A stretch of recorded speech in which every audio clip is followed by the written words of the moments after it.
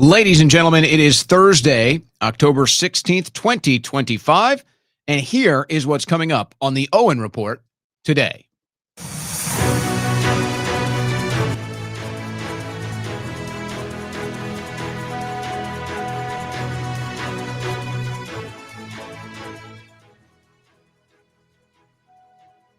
Well, John Thune tried to bait the Democrats, the Schumer-led Senate Democrats, into voting to reopen the government today, but it failed. It failed for the 10th time, 51 votes out of the 60 needed. So, day number 16 of the government shutdown, which I'm sick of hearing about. I think you're sick of hearing about. We'll tell you why. We'll tell you why we're all sick of it. And we're sick of this. The foreign aid. We were supposed to be cutting it. We were supposed to be gutting it. $40 billion to Argentina in foreign aid. $40 billion. Man, that's nice. You know, the January 6ers, I won't get too ahead of myself here, but I'll just let you know. The January 6ers, as all the defendants combined, were asking for a very tiny number compared to that for restitution and have been rejected. But Argentina, a foreign country, stepped right up, another $40 billion to a foreign country. We'll give you the details of that. President Trump had a conversation with Vladimir Putin. He posted some of the details about that phone call. We'll be giving you those details. And then how about the Gaza peace deal? Not so good, actually. Not so good.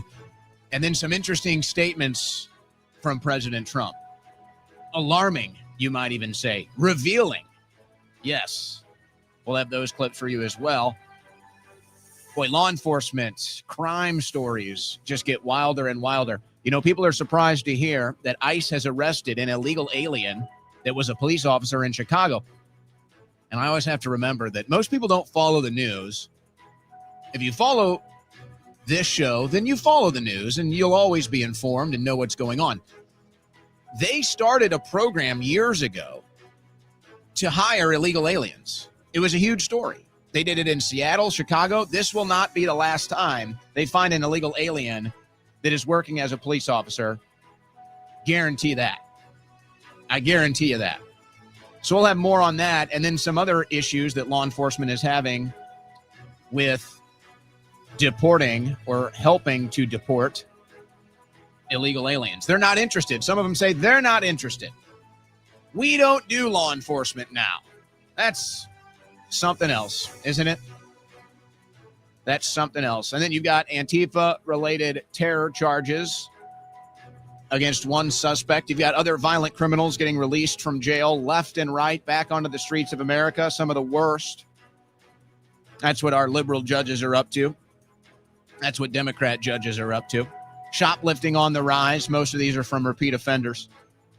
We do have the New York City mayor debate tonight, and as predicted, I know the angle Cuomo's going to take. He's already signaling it. The attack dogs are already out. They just don't get it. Now, we'll get more into the news as far as the geopolitics with Russia, Gaza, Israel, Argentina, and now Venezuela. It's the peacetime president, so we need more war. Don't you see? Who knows? Maybe we'll be at war in Nigeria soon. We're going to look at the housing market. And do you know how John Bolton, who is now about to be indicted, do you know how John Bolton ended up in the first Trump administration? Yeah. I'll give you a guess as we come back and cover the news. But I got some things I want to get off my chest first. I can't help it before we get into the news. All of that and more coming up. This news update was brought to you by OwenSchroyer.store, the official site for Owen Report merchandise.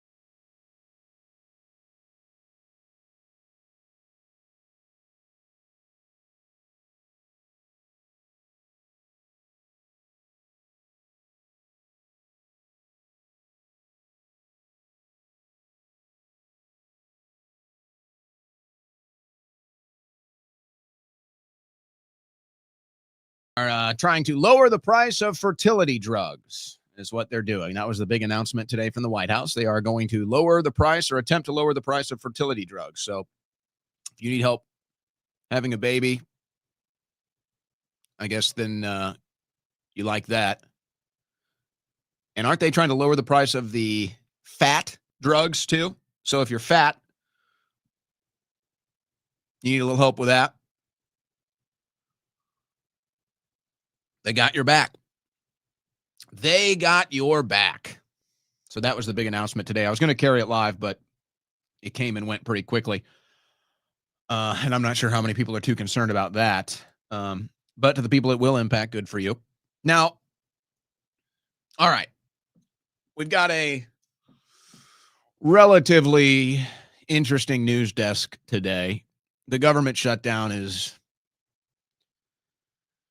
part of me, because when I open the phone lines, I don't really direct any topics to the callers. I just kind of let you call in and you can bring up whatever you want. But I think there's two things.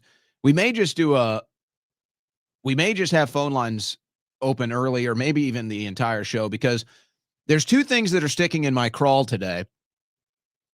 One is maybe a more personal thing, but the other is this government shutdown. I'm so sick of this crap.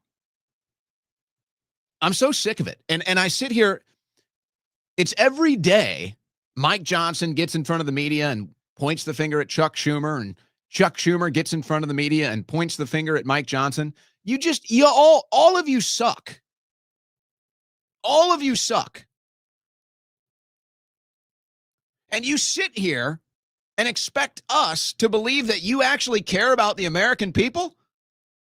Our government has been screwing us over for our entire lives. You've been lying to us for our entire lives.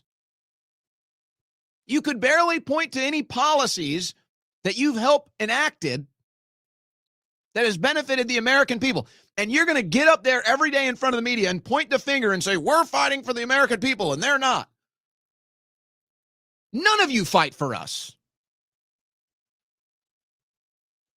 That's the feeling I get. That's the feeling most Americans get. And you're going to get up there and pretend like you care about the American people? It's like a dog toy. They're like waving this thing in front of us like we're a dog. It's like, wag your tail, jump. And then they fake throw it and they expect us to run after it. I'm not playing these games. None of you care about the American people. None of you. You never have. You care about yourselves. That's it. And to the very few in Congress that might actually care about the American people, they get attacked the most. That's how you know who they are, because they're the only ones that get attacked the most. I'm beyond sick of it. I don't care about a government shutdown. Most people don't care about a government shutdown. And they get up there, The Democrats and the Republicans, and they care about the American people. And we need to get the government back open. How about you just close the government? How about you get the government off our backs? How about you cut the taxes? How about you cut the foreign aid? You don't give a damn. You are all phonies. You're all phonies. I'm not buying what you're selling for one freaking second. You all suck. You should all be fired. And we, the people, are tired of these games. We, the people, are tired of being put in the middle of your political football game. You never do anything for us. You never have. You lie to us constantly. You work for your foreign and special donors, special interest and foreign interest donors. We're sick of you all. I'm so fed up with this Congress. So fed up. Even this administration is reaching a point where it's just like, I don't even care anymore. I don't even care. And, you know, I would challenge people to answer a couple questions for themselves. You know, the Freedom shirt that is one of the most popular shirts now. It's like everywhere I go, I see a Freedom shirt in honor of Charlie Kirk. People are showing their Freedom shirts off. And that's a nice thing to do for Charlie, to keep his memory alive. That's a nice show of support for Charlie, and I like it when I see that. But aside from the superficial wearing of a T-shirt to show support for Charlie, I would ask, what are you free from? No, I'm serious. What is it that you are free from? You sit here and celebrate freedom. What are you free from? Are you free from government intervention in your life? Not even close. Are you free from funding things that you don't support? No. Are you free to speak what you want? Say what you want? No. Are you free to do what you want with your own money? No. So I'm done living in La La Land. I'm done living in Disneyland. I'm done living in this political theme park where we pretend everything is great because we had a political victory, but nothing really runs. Nothing really happens for us. We just all kind of mosey around and wear whatever the current color of choice is and say whatever the current buzzword is, clap like seals whenever we're told to. I am so over it. I'm so over it. And I guess part of the frustration for me is personal, and I'll get to that in a second, but it's I thought we were transcending this. I really did. That was the big thing about MAGA.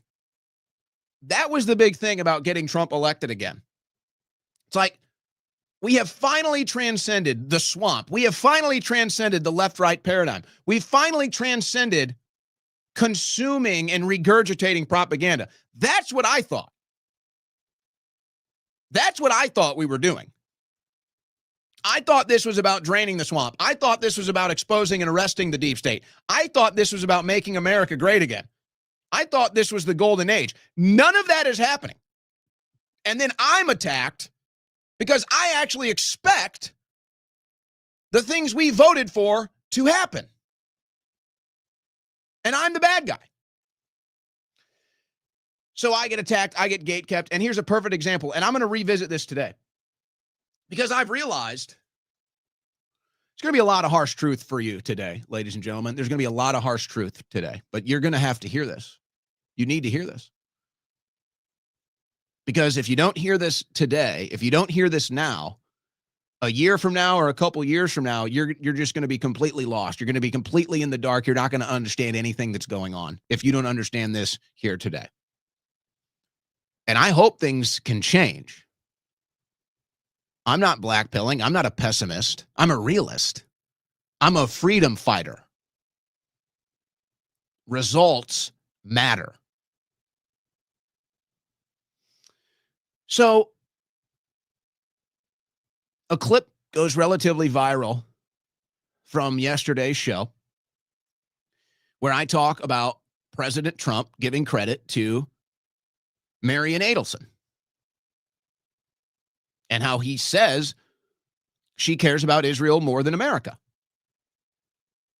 He said that. And I've got the clips today. I'm going to play the clips for you because I didn't play them yesterday. I wasn't going to air the whole thing. So that clip goes viral on X, and people attack me and they say, how dare you say that? He didn't say that. That's not what's happening. That's not what's going on. You people are not interested in truth. You're not. You are not interested in truth. You are not interested in reality. You are not interested in having an actual philosophical, intellectual, political debate. You are not interested in actually saving the country. It seems like the only thing now that MAGA, whatever is left of these loyalists, because that's all it is now. All you're interested in is picking up the pom-poms and waving them and hoping you get a little pat on the head. And then in 4 years, when nothing happens, or in 2 years, when we lose the House, you're going to be sitting there with your thumb up your butt, wondering what went wrong, wondering what happened. As you sit here and you scream at the left, you scream into the oblivion. You're still obsessing over liberals. You're still trapped in the left-right spin cycle. We won the elections. The people you should be holding accountable, the people you should be addressing, the people you should be front-facing are the Republicans. It's the Trump administration. But you're still stuck, aren't you? You're still trapped in the left-right paradigm, and you can't even be real with yourself. And then when somebody comes in front of you and actually tells you the truth, you reject it because it hurts your delicate little worldview. It disrupts your delicate paradigm.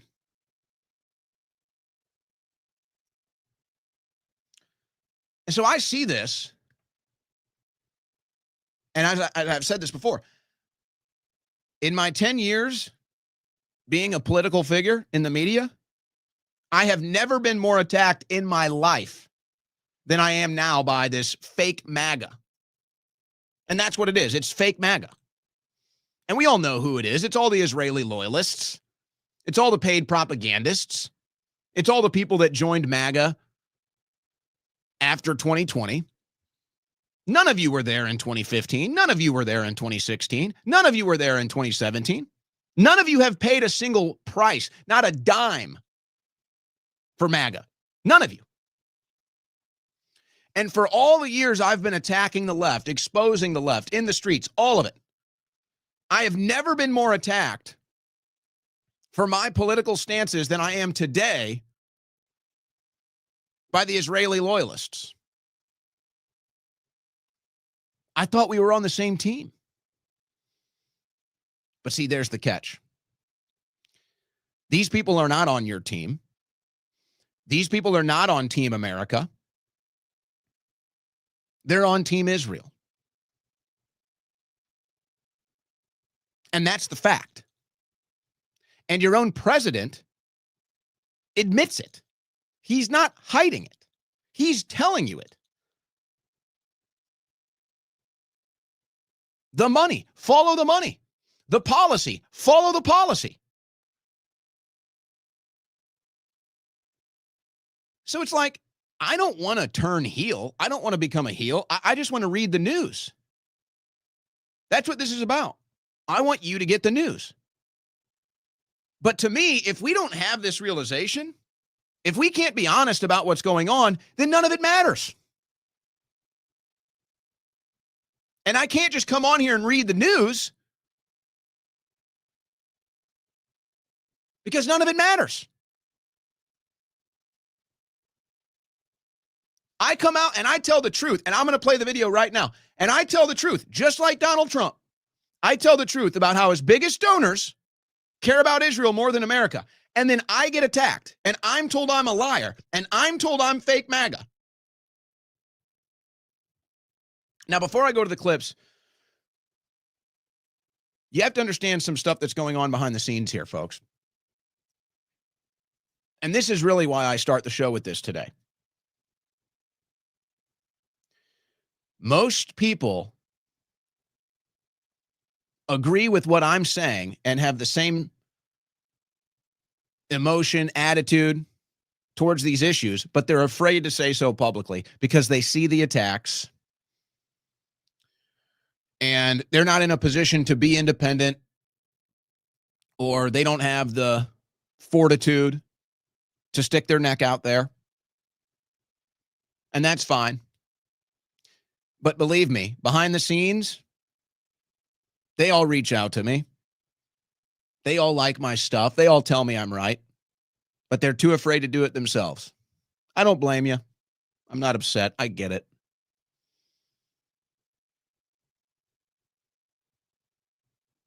But it's just like, where are you at right now when I just tell you the truth and you attack me for telling you the truth? Where are we at, folks? And that's what's so frustrating. And this used to be the issue I had with the left. Whenever I would debate with the left or raise issues with the left, it was clear that they're just ignorant. They're talking about things that they don't pay attention to. They're commenting on things that they have no idea about. They have opinions on things they've never even looked into. Now that's happening on the right. And yesterday was the perfect example. It was Donald Trump that said Marion Adelson cares more about Israel than America, not Owen Schroyer. Your president said that, not me. But you attacked me for it. So I'm going to play the clips.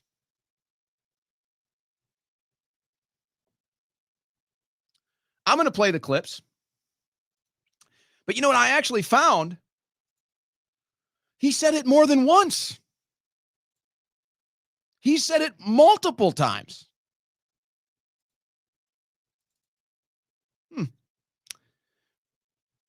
So here you go. This was the video in question from yesterday. I was called a liar. I was attacked for telling the truth. So here's President Trump, not Owen Schroyer. Here's President Trump. Here's the video in question that I was attacked for reporting on. I was attacked for being honest about. So let's see you attack Donald Trump when he says it. You had no problem attacking me. You had no problem criticizing me. You had no problem labeling me and putting me on a list. Let's see you do the same with President Trump. You cowards, you frauds. Oh, I'm going to put Owen Schroyer on a list. He said Marion Adelson cares more about Israel. I'm going to call Owen Schroyer a bad guy. I'm going to call him names. I'm going to attack him because he dare say Marion Adelson cares more about Israel. Okay, fair enough. You do that. Now let's see you do it to President Trump, you cowards, you phonies, you frauds, you bootlickers. You are pathetic. You are what is going to destroy this movement if you haven't already. You are why America will never get out of this hole. You. Not me, you. Because you can't be honest with yourself. You can't be honest with whatever audience you have. And you attack the messenger for telling the truth every time. Just like the left did for 8 years. Now it's you. So all the people that put me on a list, all the people that called me names, all the people that attacked me in the last 24 hours for saying Marion Adelson cares more about Israel than America, I want to see you do the same thing to President Trump. But you won't do it because you're bootlickers and you're cowards. So here you go. Miriam, stand up, please. She really is. I mean, she loves this country. Talking about Israel.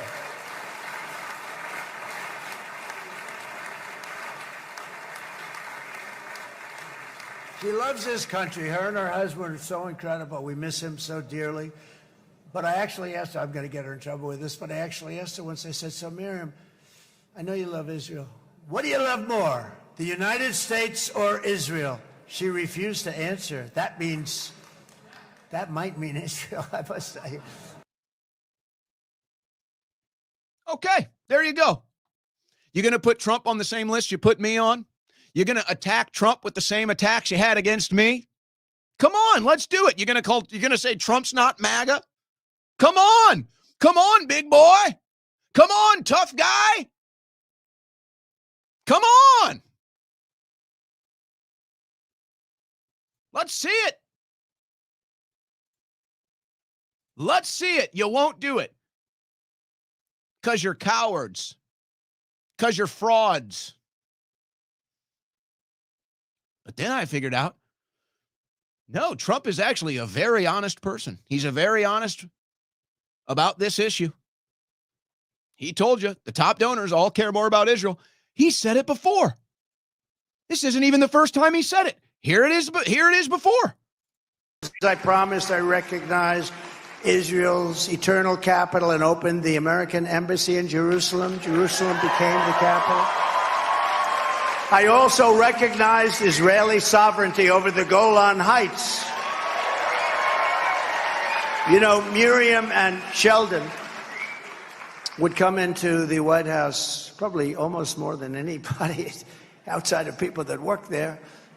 And they were always after, and as soon as I'd give them something, always for Israel. As soon as I'd give them something, they'd want something else. I'd say, give me a couple of weeks, will you please? But I gave them the Golan Heights, and they never even asked for it. You know, for 72 years, they've been trying to do. So there you go. President Trump said it, not Owen Schroyer. Go ahead, tough guys.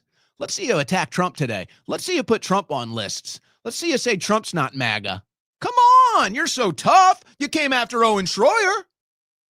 Come on, tough guys, go after Trump. He's the one that said it. Come on, you're real tough. You're real politically informed. You're the thought leaders. Go ahead, come on, throw Trump under the bus now. Come on. There it is. Trump's biggest donors care more about Israel than America. There it is. Trump's biggest donors that care more about Israel than America visit the White House more than anybody else. Oh. So see, this is what's so frustrating. If you want to disagree with me on an issue and have a debate, then that's fine. I have no problem with that. I'm into that, actually. I like that a lot. But if you're going to attack me and label me things that not only aren't true, but the only reason you're even doing that is because you're ignorant. It's all based off of your ignorance. You don't follow the news. You don't know what really goes on. I don't make things up. I do not come on air and make things up. I come on air and report the news. That's what I do. I don't lie. I rarely embellish. I try not to.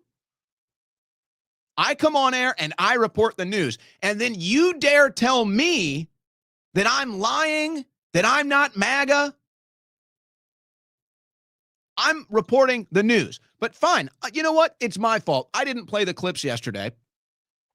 I didn't realize that now all these fake MAGA people, all these Johnny-come-latelys, all these sunshine patriots, it's my fault. I didn't realize how ignorant you were. I didn't realize how uninformed you were. I didn't realize how uninterested you were in the actual news. I thought you were informed. I thought you followed the news. That's on me. I didn't realize that you were just as ignorant and just as ill-informed as the average liberal. I didn't realize that. So that's my fault. I should have played the clips yesterday. That's on me. But don't for one second think that there's an inch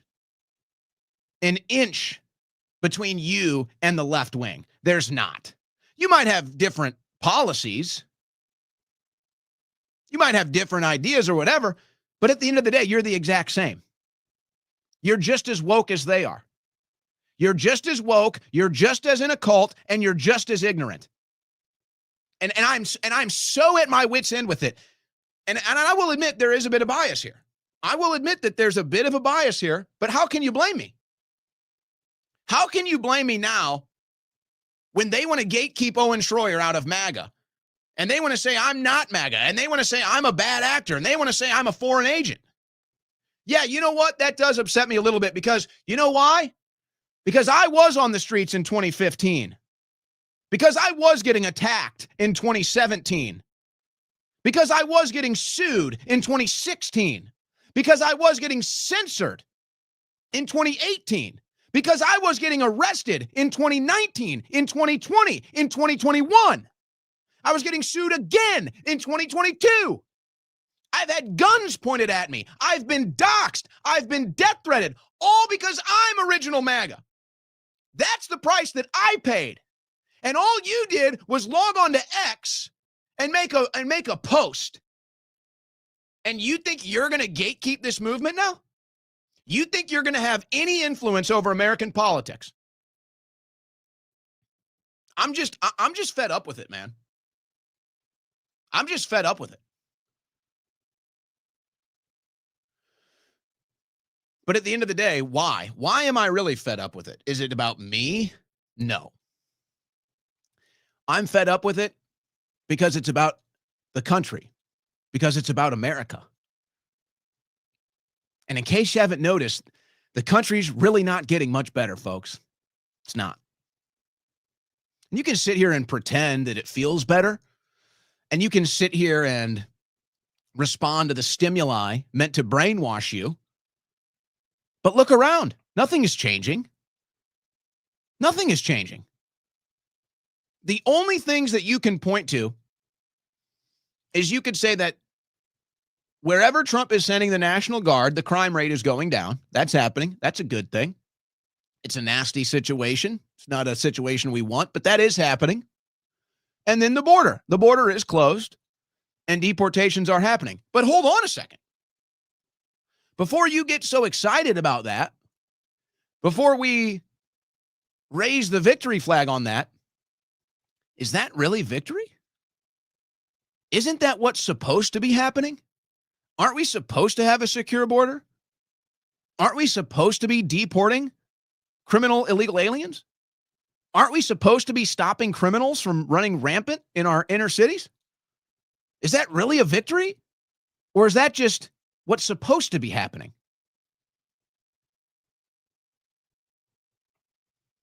So that's my little tirade. That's my little rant for today. Maybe I should blame Blackout Coffee for that one. Maybe that's a Blackout Coffee rant because I had a couple cups today, so I'm a little fired up. I'm a little fired up. But that's where I stand, and I'm not alone. I might be one of the more outspoken people out there, and I've got the pedigree and the resume that's unmatched by anyone else now in this generation. So, yeah, it's a little more meaningful to me, but I'm not alone. And there are a lot of big name people, much bigger than me, I will tell you, much bigger than me, that like what I'm saying, like what I'm doing, agree with it, but just can't go there themselves. Not yet, at least. Not yet. Maybe they will. Maybe others will reach this point of impatience or intolerance, incredulousness even, that I'm at. Maybe. Probably. But I usually am the first to hit the barbed wire. I usually am the first on the scene. But they'll be there eventually. They'll go public eventually. Eventually, it won't be telling me behind the scenes. Eventually, it won't be sending me a message or a text. Eventually, you'll hear from them too. But it's a little dangerous right now, and people don't want to be negative with Trump in office now. And so I get it. I don't blame you. But to those of you out there with your false superiority, to those of you out there with your false podium, you are in the minority. You just haven't realized it yet because you're just the loudest people in the room. But most of the people in the room are feeling just like me. They're just being quiet about it. You're just the loudest people in the room, just like the liberals. You scream louder than anybody else, and you think that means that you're in the majority. You're not. You're not. And you're going to learn the hard way. And you're going to freak out when Mom Donnie wins the mayor's race. You're going to say, how could this happen? It's because you don't live in reality. And you don't even care to try. You're the new woke. You're the new left. You're the new ignorant people that comment and talk about politics and news and stories that you know nothing about. And most people are sick of it. They're sick of it. And eventually, they're going to raise their voice. And eventually, they're going to get loud. And you'll forget all about little Owen Schroyer. Sure, it's real easy to go after me now when I'm the one making the most noise against you. But you'll see. You'll forget all about little Owen Schroyer when everybody else sounds like me, I'd say in about 8 months. Now, things can change in this administration, and Trump can take things in a different direction, and I hope he does, but the path that we're on, no, not going to happen, folks. And these silly little games that we're playing right now in Congress, it's a joke. It's a joke. There is nothing different. There is nothing new. There is nothing new between this and every other administration that you complain about. Nothing. Nothing. So that's my little rant brought to you by Blackout Coffee. By the way, you can get this coffee mug. You can get this coffee mug that I support. I guess you could say it's the official coffee mug of the show. You can get it at blackoutcoffee.com. They've actually got a lot of mugs here, as you can see. This is the one I got right here, the Don't Tread on Me steel mug. I love this thing. I love it because it does match. It does obviously match the aesthetic of the set here. That's probably why I love it the most. But it's just a nice little mug, you know, take it on the go, drink your coffee at home. Yeah. So when you see that mug and you say, where can I get that mug? You can get it at blackoutcoffee.com. There you go. And right now, if you go to blackoutcoffee.com/Owen, you can get 20% off your first order when you use coupon code Owen. Folks, you got to love that. Take advantage of that at the very least. Now, I think you're going to like the coffee, just like I like the coffee. So you're going to become a repeat customer. But at the very least, take advantage of 20% off, folks. We're offering you 20% off. All you got to do is make one order and use coupon code Owen and get 20% off. Why not take advantage of that right now? And yeah, if you don't like it after that, you can make up your own mind. But I'm quite positive you will. I'm quite positive you'll be like me, and you'll have a pot of Blackout coffee in your coffee machine, in your coffee pot every single day. So many options to choose from, by the way. I got a couple of their bags here in the studio, but I'm still working my way through the pitch black espresso. I'm still working my way through that. But actually, we got a couple other of their bags right here. I'll eventually get to the dark roast premium coffee, 1776 dark roast from Blackout Coffee, the fresh roasted brutal awakening dark roast. And when they reached out, I said, well, what kind of coffee do you like? I said, I like the boldest. I want the boldest dark roast you got. And that's what they sent me. The brutal awakening, the pitch black espresso, and the 1776 dark roast. Get it at blackoutcoffee.com/Owen. Use coupon code Owen to get 20% off your first order. All right. Let's slow the heart rate down, Schroyer. Slow the heart rate down. Take a deep breath. I probably should stop drinking the coffee, but I can't help myself. There you go. Take a deep breath. Let's all just calm down. Let's all just relax. It's just political talk. You don't need to have an aneurysm. You don't need to take it personally.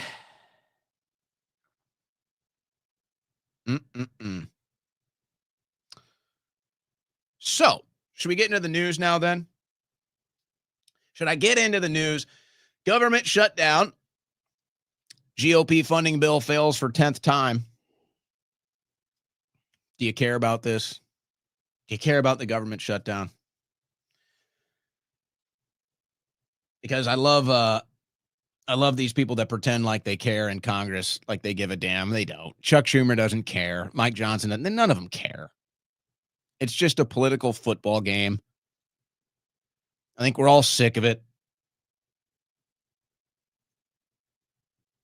These people don't do anything for the American people. They don't do anything. And now they pretend like they care when the government is shut down, and they're still getting a paycheck. They're still doing quite fine, but they care. Oh, aren't you so convinced that Mike Johnson cares? Aren't you so convinced that Chuck Schumer cares? Come on, guys. Come on, man. Come on, listen to Mike Johnson, guys. He's serious. Build that consensus is not possible until we get the government operating again and we stop holding. I get very upset about that. We stop holding the American people hostage for these ridiculous political games. People see what's going on here. We should not have Border Patrol agents not paid right now because Chuck Schumer wants to pay political games to cover his tail. I don't know how much more simply to say that, and every single one of you know that's exactly what's going on. I don't like being Mad Mike. I want to be happy Mike. I want to be the happy warrior, but I am so upset about this. God bless America. We're done. Thanks. You know what? Good. I like Mad Mike, actually. Because now you actually sound like us, Mike. Welcome to our world. Holding Americans hostage. Do you feel you're being held hostage? Now, look, there's no doubt that there are people that are affected by this. I'm not denying that. There are obviously people affected by this. It's probably less than 1% of the population, but okay, there's people affected by this. Tell me, how many Americans are affected by the ridiculous tax rates? How many Americans are affected by the highest grocery prices ever, the highest energy costs ever? How many Americans are affected by that? Oh, that's right, 100% of Americans. Where's your outrage on that, Mike? It's all fake. No, I'm okay. Hey, let's see Mad Mike. Come on, let's see it. Are you really frustrated? Are you really with us now? Because you're like,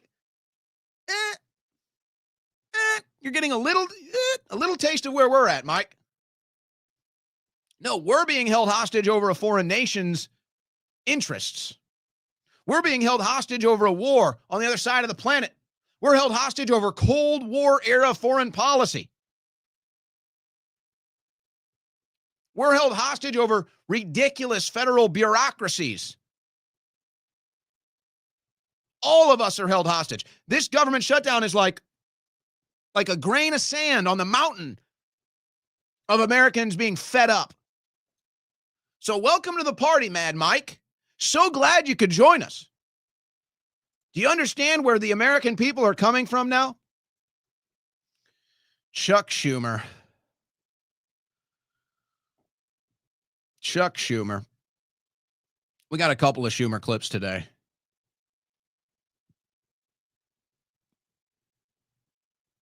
But you know what? Let's go back to the press conference with Johnson. And this is Lisa McClain, Republican Lisa McClain.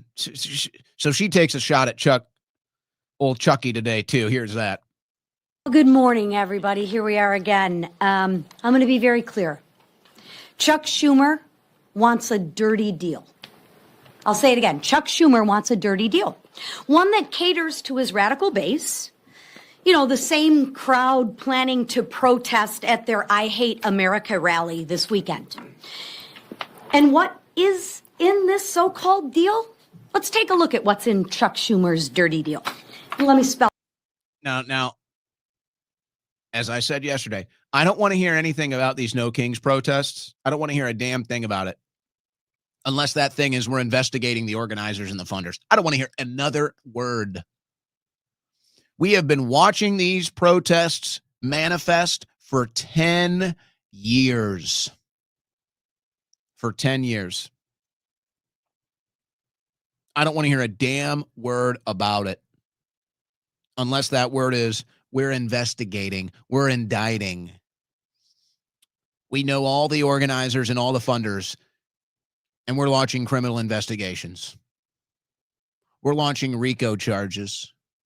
That's all I want to hear. I'm sick of our politicians, specifically on the right.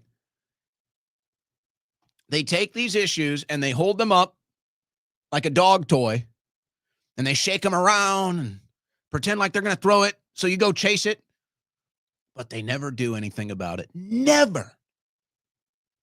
Never. Oh, don't you know, guys? The Republicans are saying that Chuck Schumer is doing a dirty deal. Really? Chuck Schumer is doing a dirty deal? No way. Not the honorable Chuck Schumer. No. I thought he was a good guy. I had no idea. Chuck Schumer does dirty deals? Well, and certainly in Washington, D.C., certainly in the United States Congress, there's never any dirty dealing. That doesn't happen. Nobody does dirty dealing. This is unheard of. There's never any dirty dealing. There's never any insider trading. There's never our politicians getting bought off by foreign and special interests. It never happens. It's just this one time with Chuck Schumer. It's only Chuck Schumer. Everything is Chuck Schumer's fault. And don't you know, they got a protest this weekend. See, it's a protest. Oh. Sick of it. It out. It adds $1.5 trillion to our national debt. Oh! We care about the national debt now? Do we care about the national debt now? When did that happen? $8 trillion added to the national debt in Trump's first administration. $2 trillion added to the national debt so far in his second administration. What was that you were saying? You care about the debt now? You're all such phonies, man. You're all such phonies. I'm not playing these games with you. I'm done. You know what's funny? And I said this last week, but, maybe I should reemphasize, because I'll give credit where credit is due. I'm always going to be honest.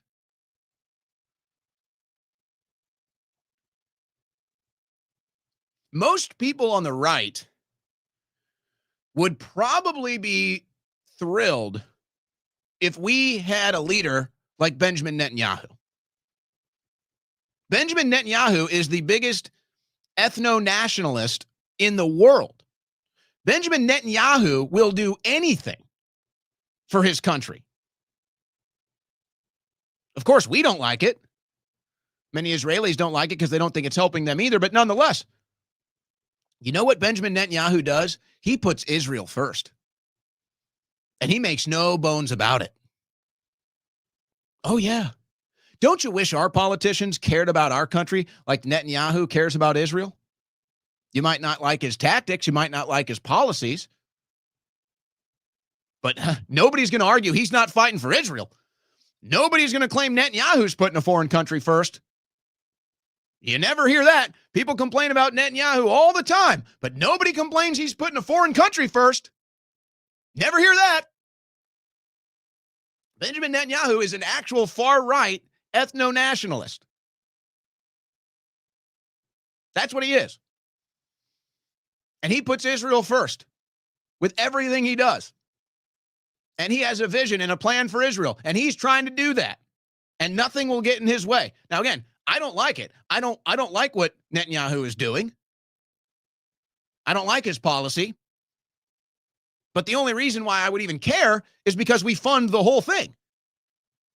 We fund his policy. We fund his Israel first agenda.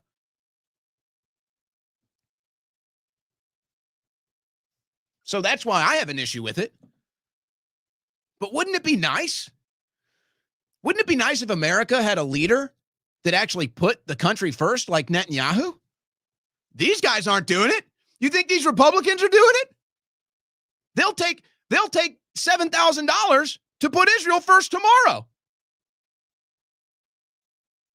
And you know what else is ironic about that? I have had more outreach from American Jews and people that work directly with the Israeli government. I have had more outreach from them to bring me in. I bet you I could meet Netanyahu. I have had more effort from the Israeli lobby, American Jews, people that are connected in Israel. I have had more outreach from them to get me to go to Israel and see how things work. And I bet you they'd introduce me to Netanyahu. I'll give them credit where credit is due. They are trying to get me on their side. I mean, let's just say what it is. Now, some people do it. Some people do it. Some people take the trip and go do the photo ops and go meet Netanyahu and do the whole thing. Some people do it. It's a choice they make. I chose not to do it. I don't want to do it. But I could do it. I get none of that from the Republican Party. I get none of that from this administration. Isn't that funny? The one country and the one geopolitical issue and leadership that I take the most issue with, Israel, they do more to court me than my own country. They do more to court me than the administration, than the Trump administration. That's what you call a paradox. Anyway, back to these fake politicians, these phonies, these sellouts. $1.5 trillion. It hands out health care to illegal immigrants. That's not a talking point. That's a fact.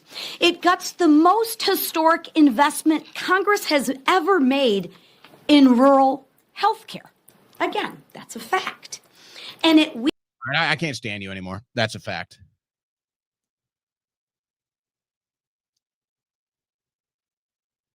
I don't blame him. You know, you go through things in life, you get experience. Again, I would never do it. I would never sell out my country. I would never sell out my ancestors. I would never sell out my lineage. I would never do it. But you know what? To the ones that take the money, to the ones that take the trip, you know what? Part of me doesn't even blame them. Part of me doesn't even blame them. You make your own decisions in life. Part of me doesn't even blame them. Because at the end of the day, you figure something out pretty quick in politics, folks.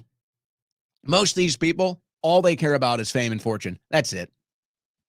That's it. They don't have values. They don't have principles. They don't stand on issues. They're not going to be out in the streets. They're not going to be in courtrooms. They just want to be famous and make money. And they see the best way to do that is to go through the Israeli lobby. And then once you do that, you get access. And then you can get access in D.C. So they do it. It's like, I don't even blame them. They make a personal choice. All right. Now, we're going to call you out. We're going to call you out for what you've done. So, yeah, you're going to get the backlash. And you're going to deserve that, too. But it's like, part of me doesn't even blame them. But then you do blame them because they are just all phonies. They are just all sellouts. So you do have to blame them for that. But it's just the whole thing is just pathetic. Honestly, the whole thing has just become so pathetic. Now it's breaking news right now that John Bolton has just been indicted. So we were anticipating that this was going to happen today, as this story was already on my desk. So we were anticipating this. But so this was published earlier, about 2 hours ago. John Bolton case set to be presented to grand jury as DOJ prosecutors seek indictment. So It is now official. John Bolton has been indicted. And there's been some footage here. We'll go to the side shot. We'll go to the side shot of me. We'll see if they're still putting this on air. They were showing a bunch of footage of it looked like people going into Bolton's house or his office or something and pulling out stacks and stacks of papers and boxes of papers and stuff.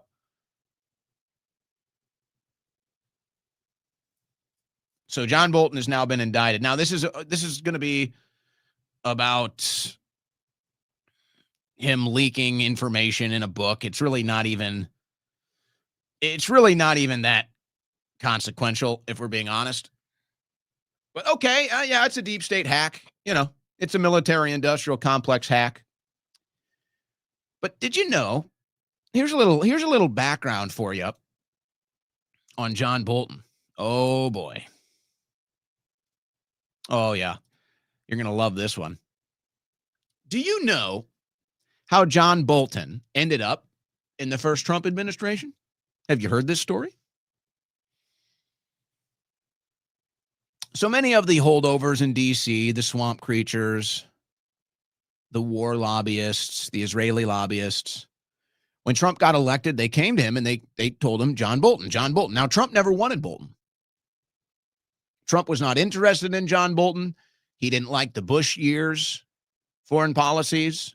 Trump was rejecting Bolton every time somebody came to him and said, you need to bring John Bolton in. But do you know who changed it all? Do you know who got John Bolton into the first Trump administration? Sheldon Adelson.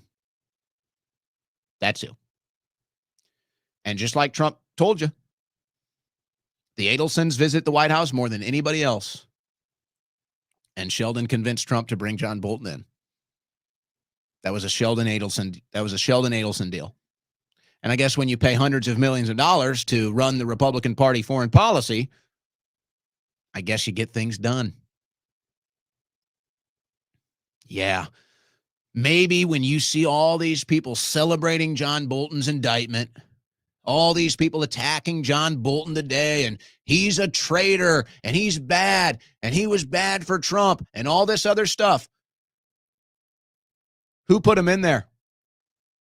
Why was John Bolton even in there? You're going to go after the Adelsons for that one? Or are you going to stop right there? See, that's why these people are such frauds. Because they all have a line in the sand, folks. They all have a line in the sand. Oh, they'll all be trashing John Bolton today. I bet you right now, I could log on to X and they're all trashing John Bolton. A traitor to Trump. Deep state. Okay. You're going to go after the Adelsons that put him in there? You're going to go after the Adelsons that Trump said love Israel more than America? You're going to blame it on the Adelsons that get more access to the White House than anybody else? Or are you just going to sit here and flail your arms and scream, John Bolton, yeah, we got John Bolton? Or are you going to be honest with yourself? Are you going to be honest with the American people about who put John Bolton in the White House? It was Sheldon Adelson. Or are you going to stop? You're not going to go there, are you? Why not?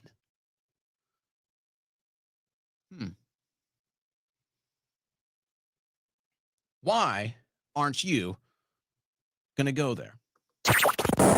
You're listening to the Owen Report on the Win Network.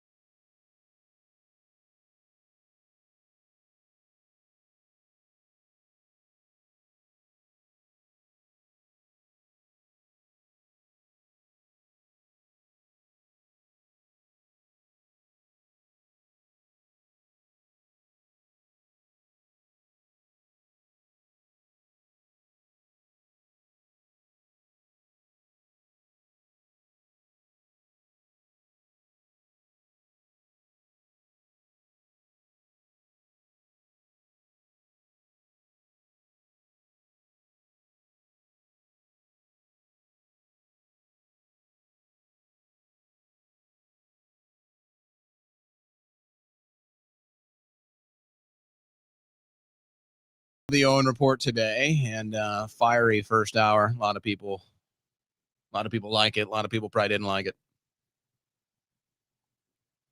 Sorry, sometimes the truth hurts. But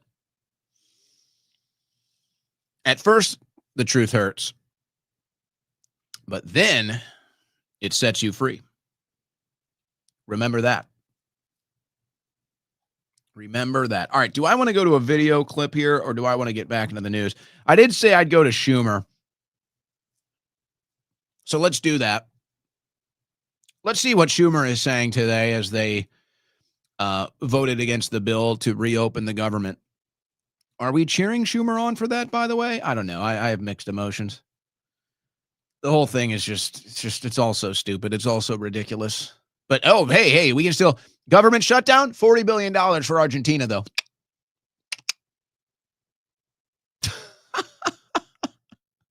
I mean, folks.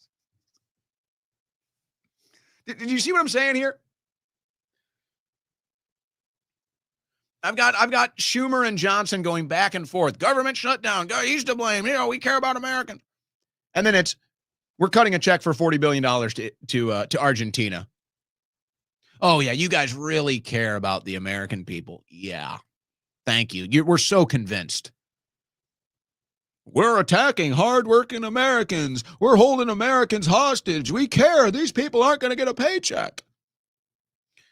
But here's a check, $40 billion for Argentina. Gotcha. Thank you. Thank you so much.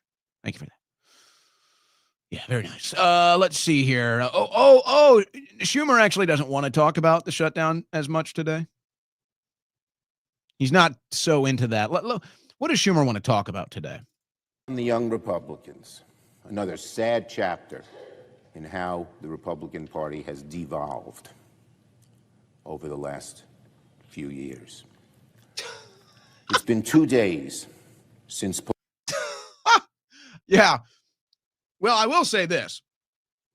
It's actually the Democrat Party that has devolved in the last couple of years. Nobody's denying that.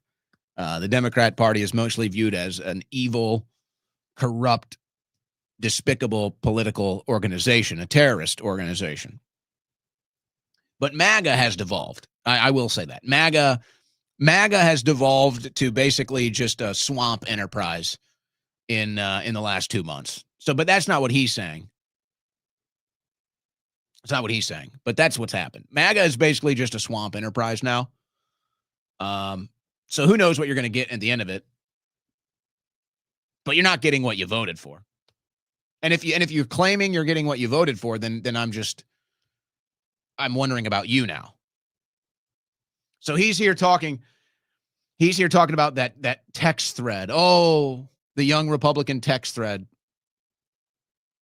It's like, yeah, maybe when you're out with some friends or you're watching a ball game or you're out at the bar or something, and, sometimes you say things that maybe you don't really mean. You're just having fun. You're making jokes, whatever, lightening the mood.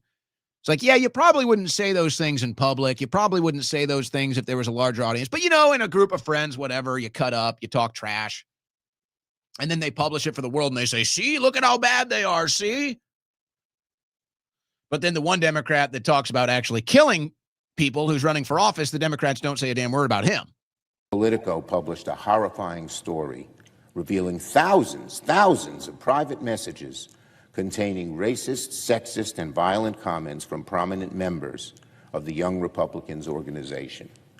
And yet, President Trump and the Republican leadership has remained silent. There's nothing but radio silence from Republican leaders who seem to claim they worry about combating political violent rhetoric. All right, that's enough of you for now. I'm just curious. So now the Democrats are using this, which of course, but where is this establishment MAGA? Where's the big MAGA accounts going after Gavin Wax? They have no problem coming after me for telling the truth. I just tell the truth about what Trump said, and I get attacked all day long. Gavin Wax apparently gives over these thousands of texts to Politico to be used as a hit piece against Trump and Republicans. Where's everybody taking an issue with him? Where's everybody putting him on a list? No, it's me for telling the truth. Gotcha. Why would he even do that?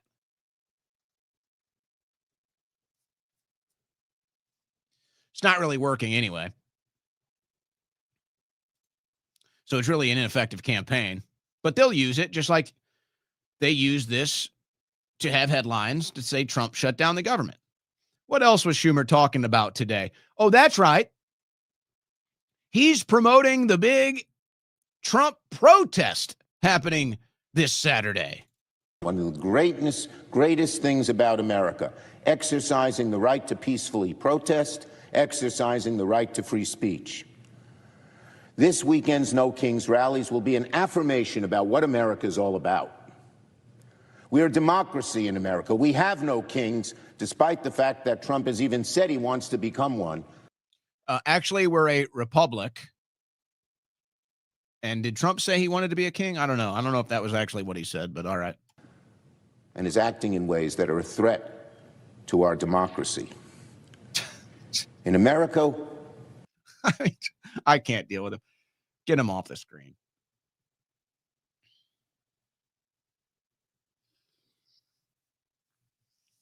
They're just all such phonies.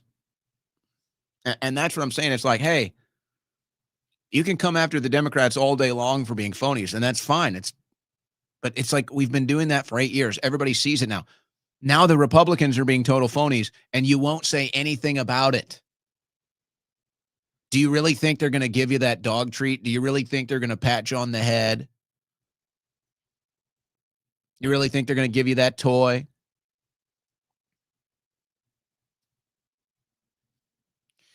It's called the Uniparty, and they both work against the American people's interests, and they both sell out to the same special interests and foreign interests, and that's why nothing ever gets done. And you're sit here trapped in the spin cycle, and this is why we can never get out of it. And because you're too scared or ignorant to ever hold Republicans' feet to the fire, and you're too scared or ignorant to ever hold Trump's feet to the fire, nothing will ever change. You're the reason why the country doesn't get any better. You are. So frustrating.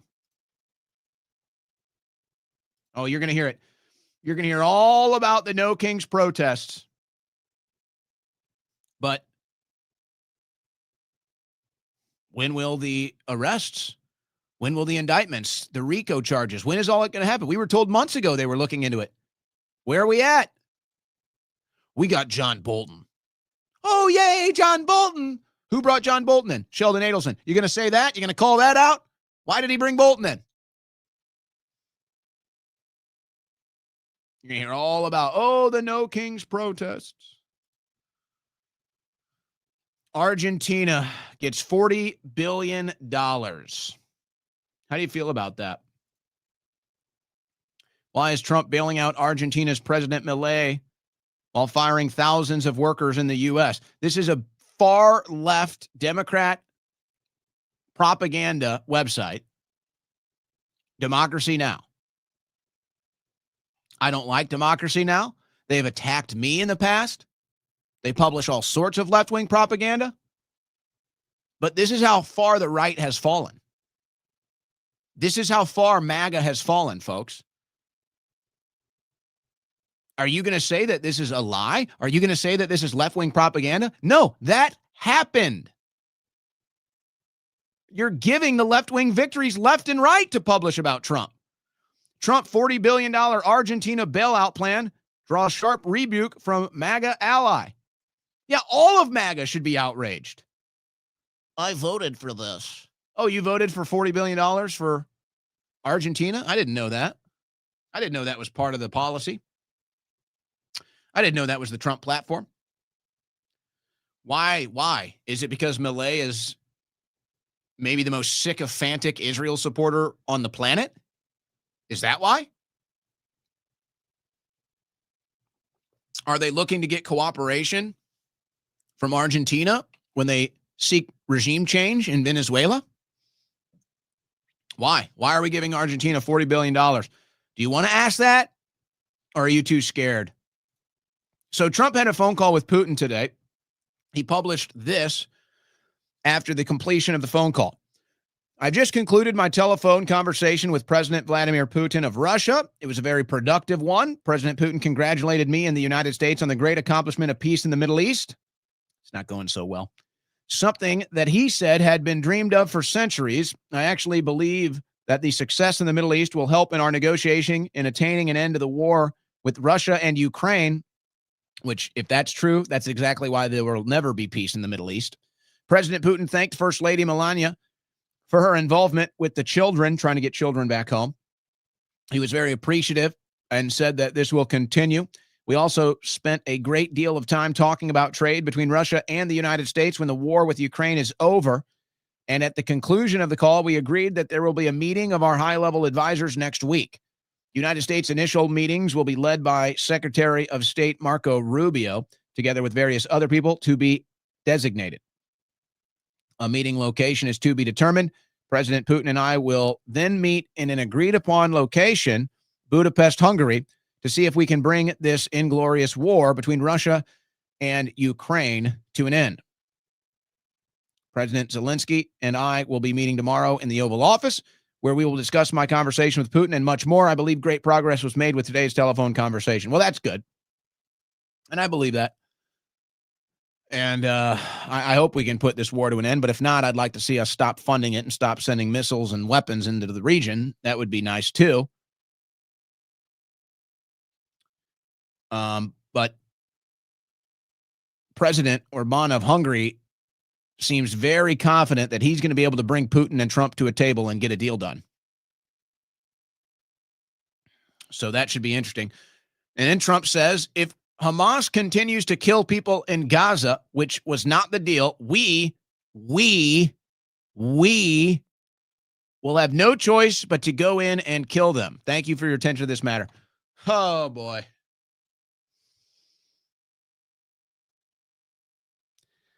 Don't like the sounds of that. Does that sound like the peace deal is going well? Does that sound like no troops on the ground? Does that sound like no military involvement for Israel? No, it's all three of those things, actually. It's not looking good, folks. It's not looking good. Just couldn't do it, could we? We just couldn't do it. We just couldn't get out of these foreign entanglements. We just couldn't do it. Just couldn't decouple from the Middle East. Just couldn't stop being involved in the Ukraine-Russia war. Now we're going to go try regime change in Venezuela. We just can't help it, can we? We just can never do anything for the American people. We can just never put America first. It's everything but America. Israel, Ukraine, Venezuela, anything but America.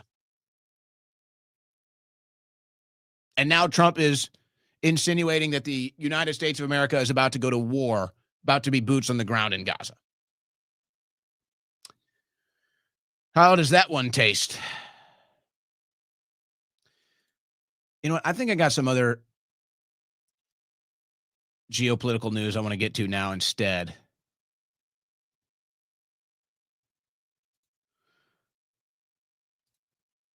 IDF strikes underground Hezbollah terrorist sites across Lebanon. So Israel is bombing Lebanon again. Mark Levin is calling for more war. He wants war against Muslims. He wants war against Islam. The day after the peace deal was signed, Mark Levin called for war, and now Laura Loomer is saying the same thing. So again, you know, look, this is not my thing. I'm not Jewish. I'm not Muslim. I have no family ties, no ancestral ties, nothing to the Middle East. Nothing. I have no dog in this fight. I want nothing to do with this fight. And I speak for the average American when I say this. We have no ties to this whatsoever. But what do you have now, folks? Middle East politics now dominates American politics. You are now in Middle East politics. And so all these people that have ties to the Middle East, they have ancestral ties, they have religious ties, spiritual ties from both sides. They want us in their war now. They want you, the American Christian. They want you, the American conservative, to join in their hatred to join in their centuries, millennia-old wars.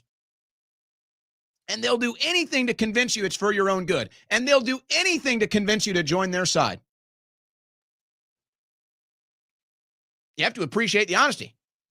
It's pretty clear. Laura Loomer and Mark Levin would love to see every Muslim on this planet dead. They would celebrate it. And they're going to do anything to convince you, the American, that that's your fight. Not even a week. Not even a week after the peace deal, and Levin and Loomer and all these other people are coming out and saying, we have to eradicate Islam. We have to kill them all. There can be no peace. You see why you never get peace? They're honest about it. Levin and Loomer are honest about it. They don't want peace. They want you to go kill their enemy. They admit it. There'll never be peace. So there you go. Laura Loomer is 100% right, actually. There will never be peace with an ideology like this. And that's for both of you, by the way. That's for both of you. So it's like, I don't even know. There's not many Muslims that are like this in America. I don't see them. I don't hear from them. You have these enclaves where Muslims move here and then try to dominate an area, and they take over the schools and they take over the political system. That's going on. I don't like that. I don't like that either. So it's like the Muslims come in and act locally and take over local things. And then the Jews come in, they act internationally. They take over your whole national government. And then you, the American, you're now in this clash of Jews and Muslims that you have nothing to do with, that doesn't benefit you, has nothing to do with you. You don't have a dog in the fight. And now you're told that you have to pick a side or you're not MAGA. No, this is why America will never have peace. This is why America will never get America first, ever. Because these Middle East issues dominate our foreign policy, and we should have nothing to do with it. So I'm dead serious. Again, I'm not Jewish. I'm not Muslim. I don't have any ties to that region of the world. Are there any Jews? Are there any Muslims that are trying to come together and say, hey, we're Americans. We don't want anything to do with this? I'm serious. I mean, I guess there are some. You've got like a Dave Smith. You've got a Myron Gaines. But they get pushed out. They get attacked by the establishment. They're told that they don't get to exist. They don't get to have a voice. Isn't that funny? Every Jew must be heard or you're an anti-Semite until it's Dave Smith. Until it's the Orthodox Jews in New York City, the Hasidic Jews in Israel that want nothing to do with this and don't like Netanyahu. Oh, you don't get to hear from them. Where are all the America First Jews? Where are all the America First Muslims coming out and saying, hey, we left the Middle East because we're sick of war. We came to America because we don't want to live in a land that has hate in its heart. We don't want to have these forever wars, these religious wars, these spiritual wars. We want to come to America and live in peace and prosperity. Let's stop this. Where are they?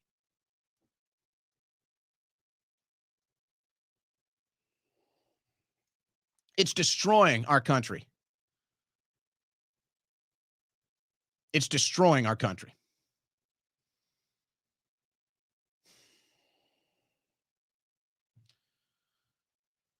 And they just can't give it up until they see their enemies dead. And you killing their enemy, and you dead as well. You dead right with them. And your country dead as well. They will sacrifice the entire country for their cause, folks. Do you understand that now? Do you understand that? Both of them, Muslims, Jews that are still involved in this crap, both of them will sacrifice the entire country for their cause because that's all they care about. It's never been more obvious. Several injured in fresh Israeli drone strike in southern Lebanon. The war continues.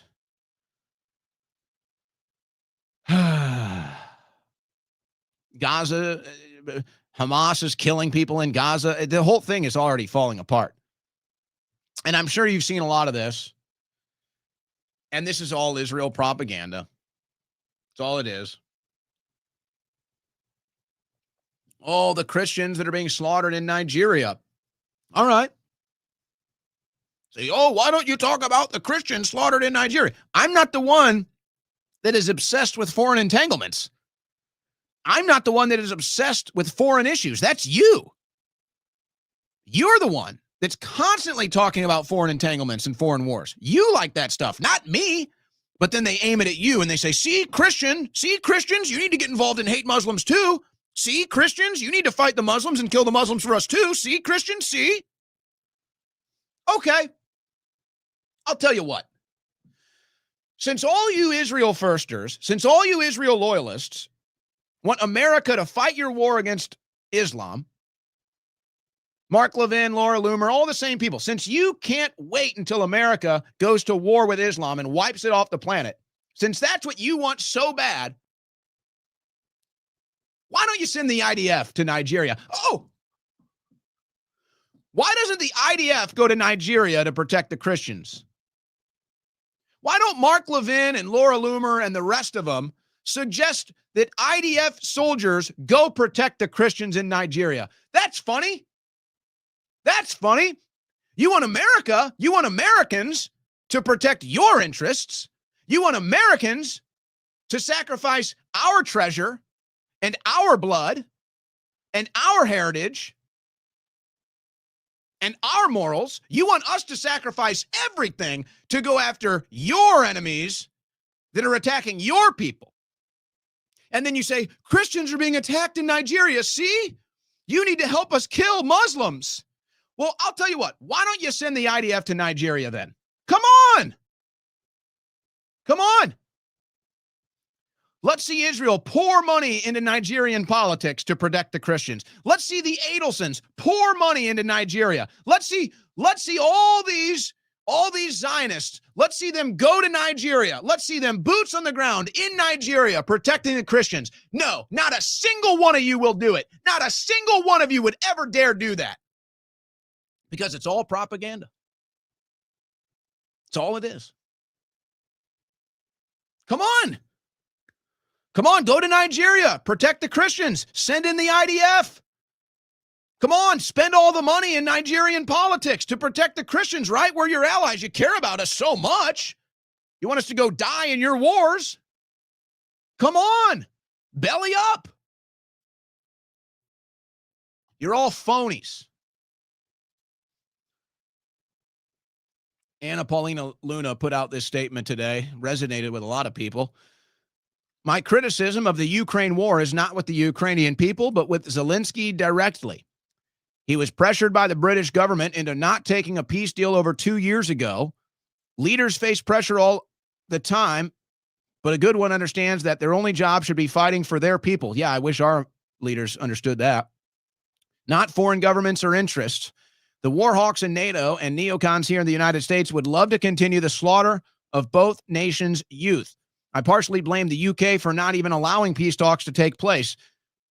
This war must end. I'm assuming that's what she meant to type there.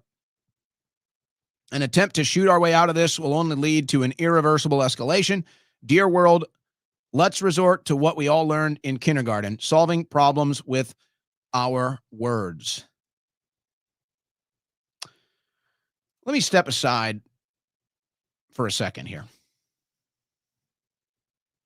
Most people agree with Anna Paulina Luna, the sentiment expressed here. But let's just step aside. Let's get grounded again here. Lower the temperature.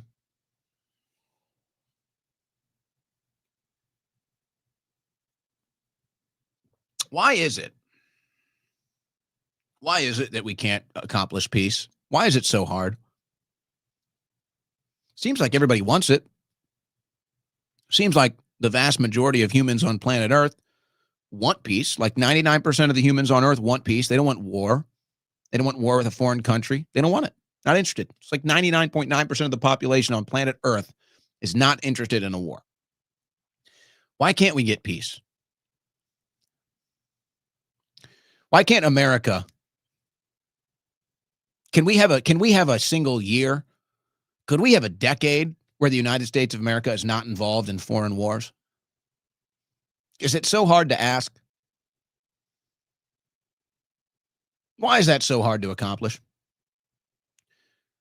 Why can't America just be free from foreign entanglements just for a decade? Can we just try it for a decade, maybe? Can we just try it?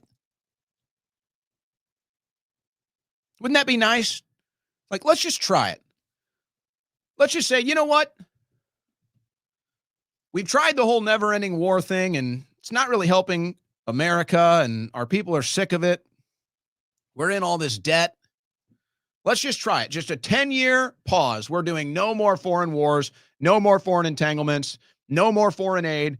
We're internalizing all of it. We're going to take care of America for the first time in 100 years. Let's give it a try. Let's just give it a try. Can we just give it a try for 10 years? Why can't we? Why can't the people of this country live in peace? Why can't the United States of America, as a sovereign nation, put its own interests first?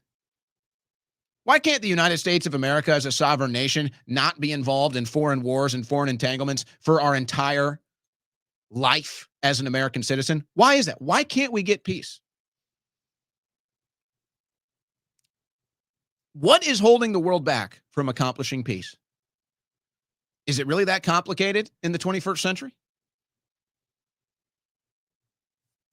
And I understand where President Trump is coming from. I don't like it. It's not what I voted for, but I do understand where he's coming from. I can't imagine what goes on in your head when you're nearly killed. But, you know, he talks about getting into heaven. He is an older man. He's in good health, but he is an older man. He's obviously seen things probably in the last 8 years that he'd never seen before. So it affects a man. And who doesn't want world peace? Who doesn't want world peace? And you know, Trump is a narcissist.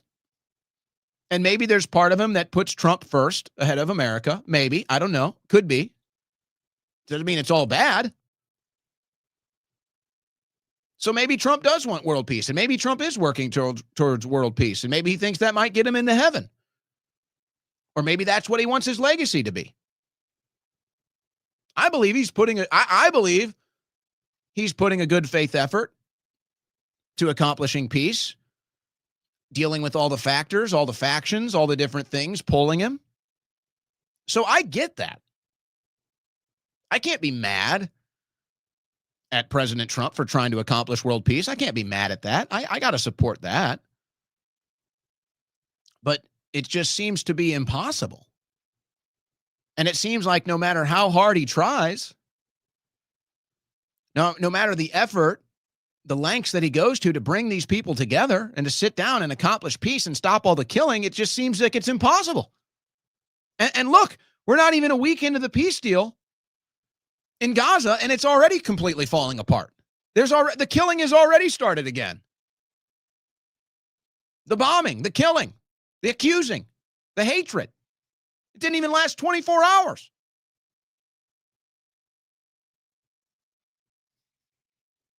Why? Why is it so hard? Why? Why can't planet Earth, with all the technology, all the resources, everything, why can't we have peace? Who's stopping us from having peace? Who wants these wars to continue? Why? Why?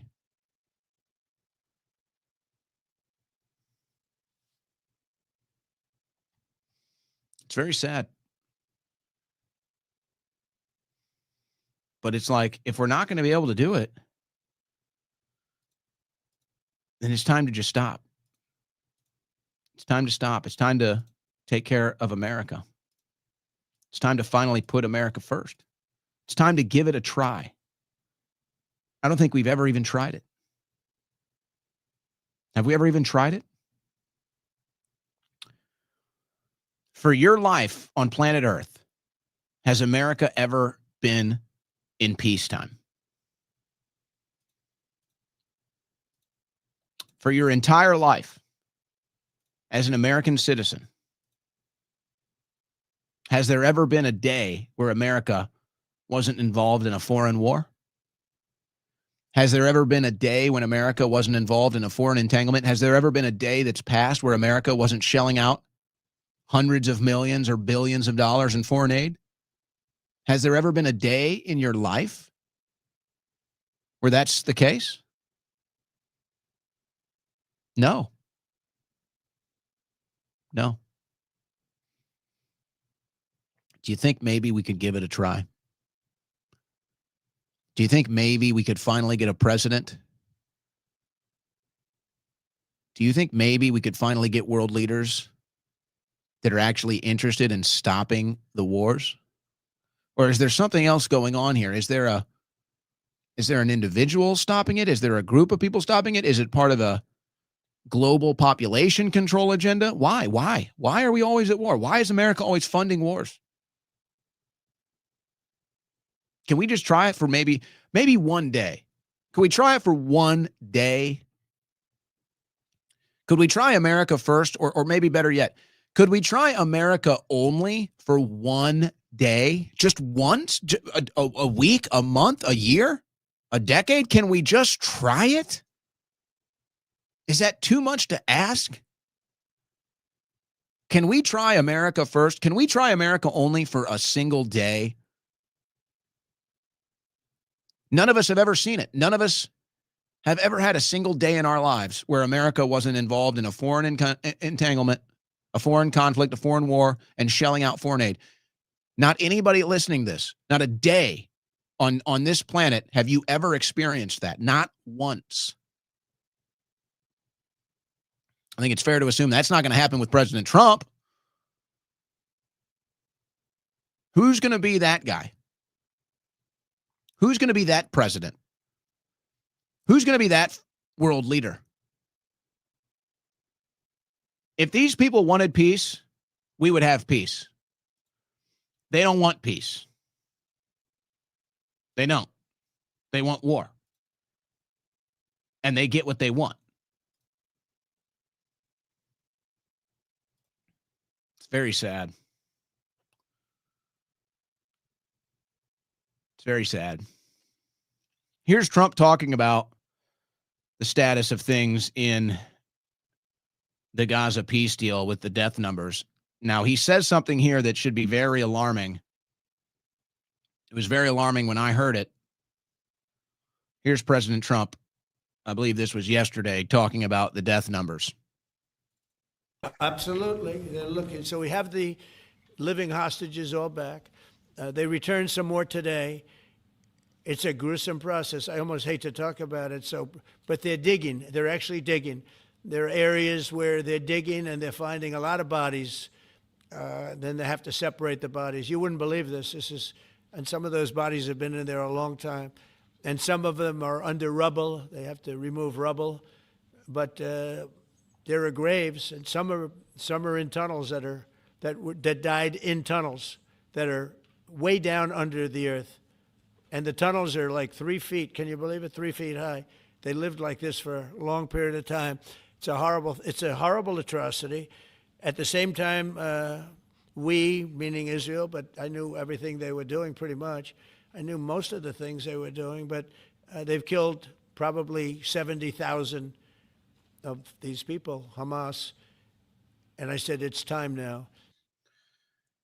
So remember, they told you that 70,000 number was fake. Well, Trump just confirmed it. So all of you foreign agents on X that said that those were fake numbers from the Gaza Ministry of Health, are you gonna admit those numbers are real now? Because Trump said it. You're gonna admit it was real now? Those are fake. It's not that bad. That's not how many people were killed. It's all made up. Well, Trump just said it. Is it still fake, or what are you gonna say now? But that's not even the most concerning thing he says. So we'll see what happens. We'll also see what happens. Your next question is going to be the weapons. We want the weapons to be given up, sacrificed, and they've agreed to do it. Now they have to do it. Now, look, I'm not going to sit here and stand up for Hamas. Certainly not doing that. But remember, if it can't be applied universally, it's not logic, it's propaganda. So if Israel just came in and killed 70,000 people and flattened and destroyed and obliterated your entire civilization, Do you think they want to turn their guns in? Hey, American, would you like to turn your gun in to the U.S. government? We need you to turn your firearms in. Oh, no. Of course not. We stand on principle. We stand on the right to self-defense. We stand on the Second Amendment. You have a human right to self-defense. You turn your guns into the government, that's tyranny. All right. Does that same logic apply in the Middle East? Does that same logic apply to the people that just had 70,000 killed by Israel? Does that same logic apply? Or should they turn their guns in? How do you think that's going to go? You think they feel confident that if they turn their guns in, that Israel's not going to come right in and kill more people? How do you think they feel about that? Do you really think they like that idea?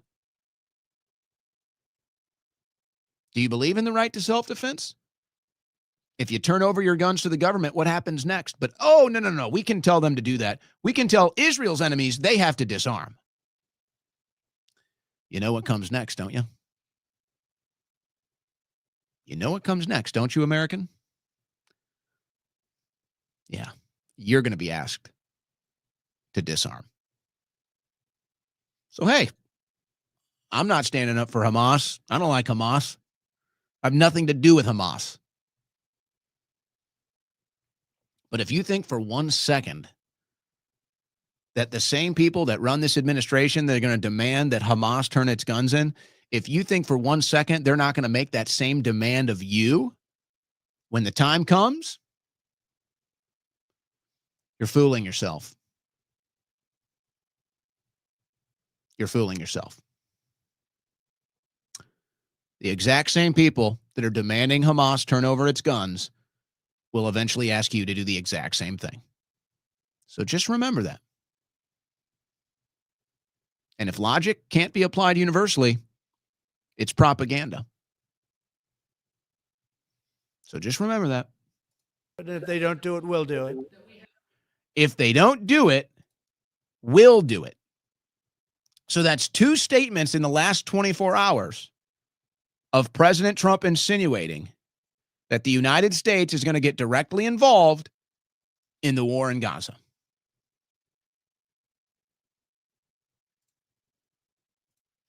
Is that MAGA? Is that what you voted for? Is that America first?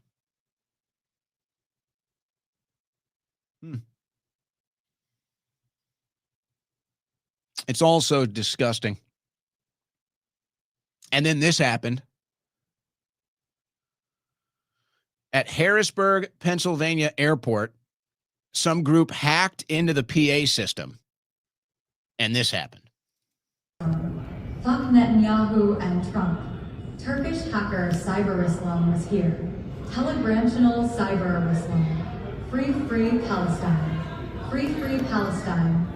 Free Palestine. Hacked by Mutarif Long, live Free Palestine. Hacked by Mutarif. Hacked by Cyber Islam. Fuck Netanyahu and Trump. Turkish hacker Cyber Islam was here. Telegramtional Cyber Islam. Hacked by Mutarif Long, live Free Palestine. Hacked by Mutarif. Hacked by Cyber Islam. Fuck Netanyahu and Trump. Turkish hacker Cyber Islam is here. Telegramtional Cyber Islam. Hacked by Mutarif Long, live Free Palestine. Hacked by Mutarif. Hacked by Cyber Islam. Now, I wouldn't be surprised if that was a false flag. I wouldn't be surprised if the group that it claims in the audio is doing it too. I don't know. It could be a false flag. It could be the group claiming it. It shouldn't make a difference to you as an American. You know why? Because this is Middle East politics. This is Middle East hatred. And this is Middle East war dragging you into it. This country, yet again, is now fully invested in another war in the Middle East. This country, our country, the United States of America, yet again is completely engulfed in the hatred that engulfs the Middle East. And I already know what's going to happen today. It's already happening on X. I already see the attacks, the people making fun of me because I'm upset about all of this. you're going to be where I'm at within 2 years. You just don't realize it yet. You're still in the honeymoon phase. You're still high off the political smoke that you're inhaling. You still think you're winning. You still think you got it figured out. So you can make fun of me, attack me, but eventually you're going to figure out most people think like me. Most people talk like me. They're not as comfortable to say it publicly, do it publicly. But believe me, you're the minority in the room. You are. And there are people much bigger than me, with much more influence, larger following, filthy rich. And they tell me they're going to go public soon too. They're going to speak like me soon too. They're not comfortable yet, but they will be.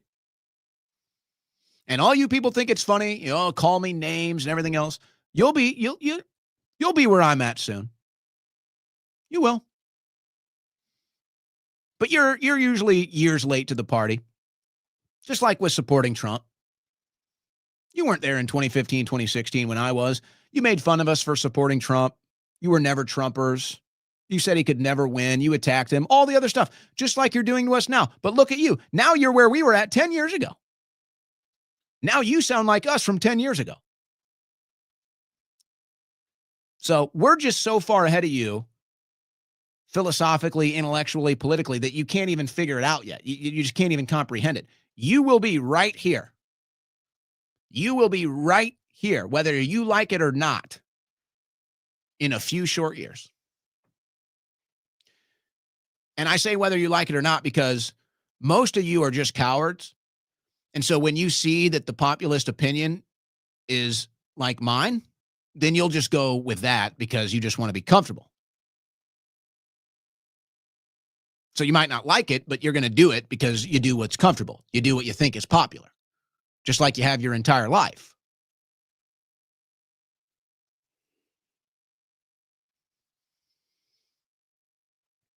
So, yeah. No, I don't apologize. I don't apologize for being America only. I don't apologize for actually maintaining the same values that I had in 2015 and 2016 and 2020 and 2024. No, I don't apologize for being anti-war and actually meaning it. No, I don't apologize for being America first and actually meaning it. No, I don't apologize for holding the politicians that we voted for, that we put in office to do the job that we elected them to do. No, I don't apologize for that. No. And you're not going to intimidate me. You're not going to bully me. It's not going to happen. Oh, but I already know how this is going to go because I've been here before. So I already know what's going to happen. We're the ones that are honest. We're the ones that are consistent. We are. And we're not going anywhere. And we're only getting bigger. And the more you try to deny that this is the reality, and the more you try to destroy the personalities and the voices like mine, the faster this phenomenon is going to catch up to you. So go ahead. Go ahead. Show your true colors. Attack the true patriots. Attack the truth tellers. Go ahead. Speed it up. Do it louder. Do it more publicly. It only speeds up this process. It only gets it to where I want it to be faster.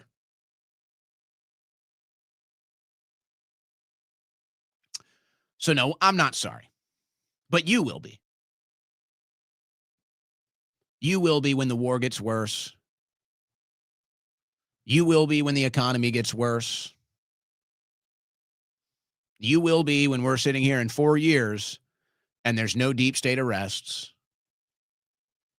They can steal elections, launch a pandemic, force a vaccine, get you into war after war, foreign aid after foreign aid, foreign funding after foreign funding. Yeah. And what's my downside? That I'm wrong? Great. That sounds awesome. I hope I'm wrong. I hope we stop all the foreign aid. I hope we stop all the foreign entanglements. I hope we fix the economy. So if my downside is being wrong, and then everything that I want to happen happens, well, I guess that's pretty good, isn't it? But until that happens,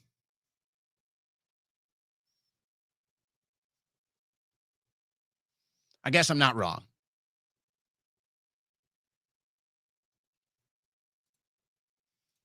But it's all just slop. It's all just political slop like this. Total political slop from Caroline Leavitt. She was so great, but I get it. She's in the Jen Psaki phase of it now, and I don't think Leavitt's going to go anywhere because Trump is not Biden. So I don't think Caroline Leavitt is going anywhere anytime soon. But she's basically in the Jen Psaki phase now, where now the role of the press secretary and having to sell propaganda and lie to the American people comes with the job. So she's kind of in the Psaki phase now. It's obviously nowhere near as bad as Biden. It's like Leavitt only has to kind of lie and propagandize like 10% of the time. Psaki, it was like 90% of the time. So she got out of there.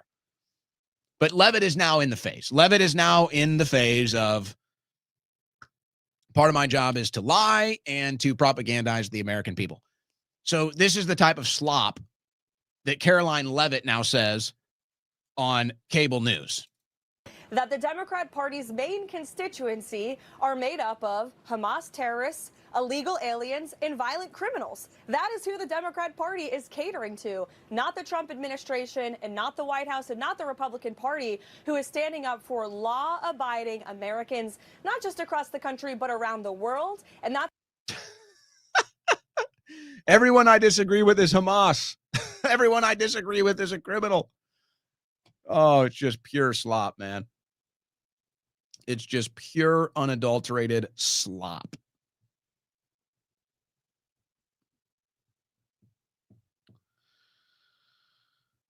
So there you go.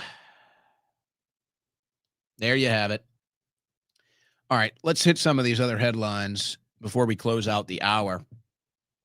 And I do still want to take calls. So let me try to speed through this. ICE arrests illegal alien serving as local police officer in suburban Chicago. Hanover Park Police Department authorized illegal alien to carry a firearm in violation of federal law. Yeah, well, you're about to find out there are probably dozens, if not hundreds of these. Chicago, Seattle, Portland. I guarantee you, because they launched an initiative when Biden was president. These Democrat cities launched an initiative to hire illegal aliens to be police officers. So, of course, the Democrats came out and said, we're hiring illegal aliens to be police officers. And then they did it. And now you're going to find it out. This won't be the last one. This won't be the last one. Rajul Bajovic. I bet he was probably a good police officer. Overstayed a visa from 2015. Is he Russian? Is that why they got him? Is it because he's Russian? Russian or Ukrainian, maybe Georgian, Belarusian.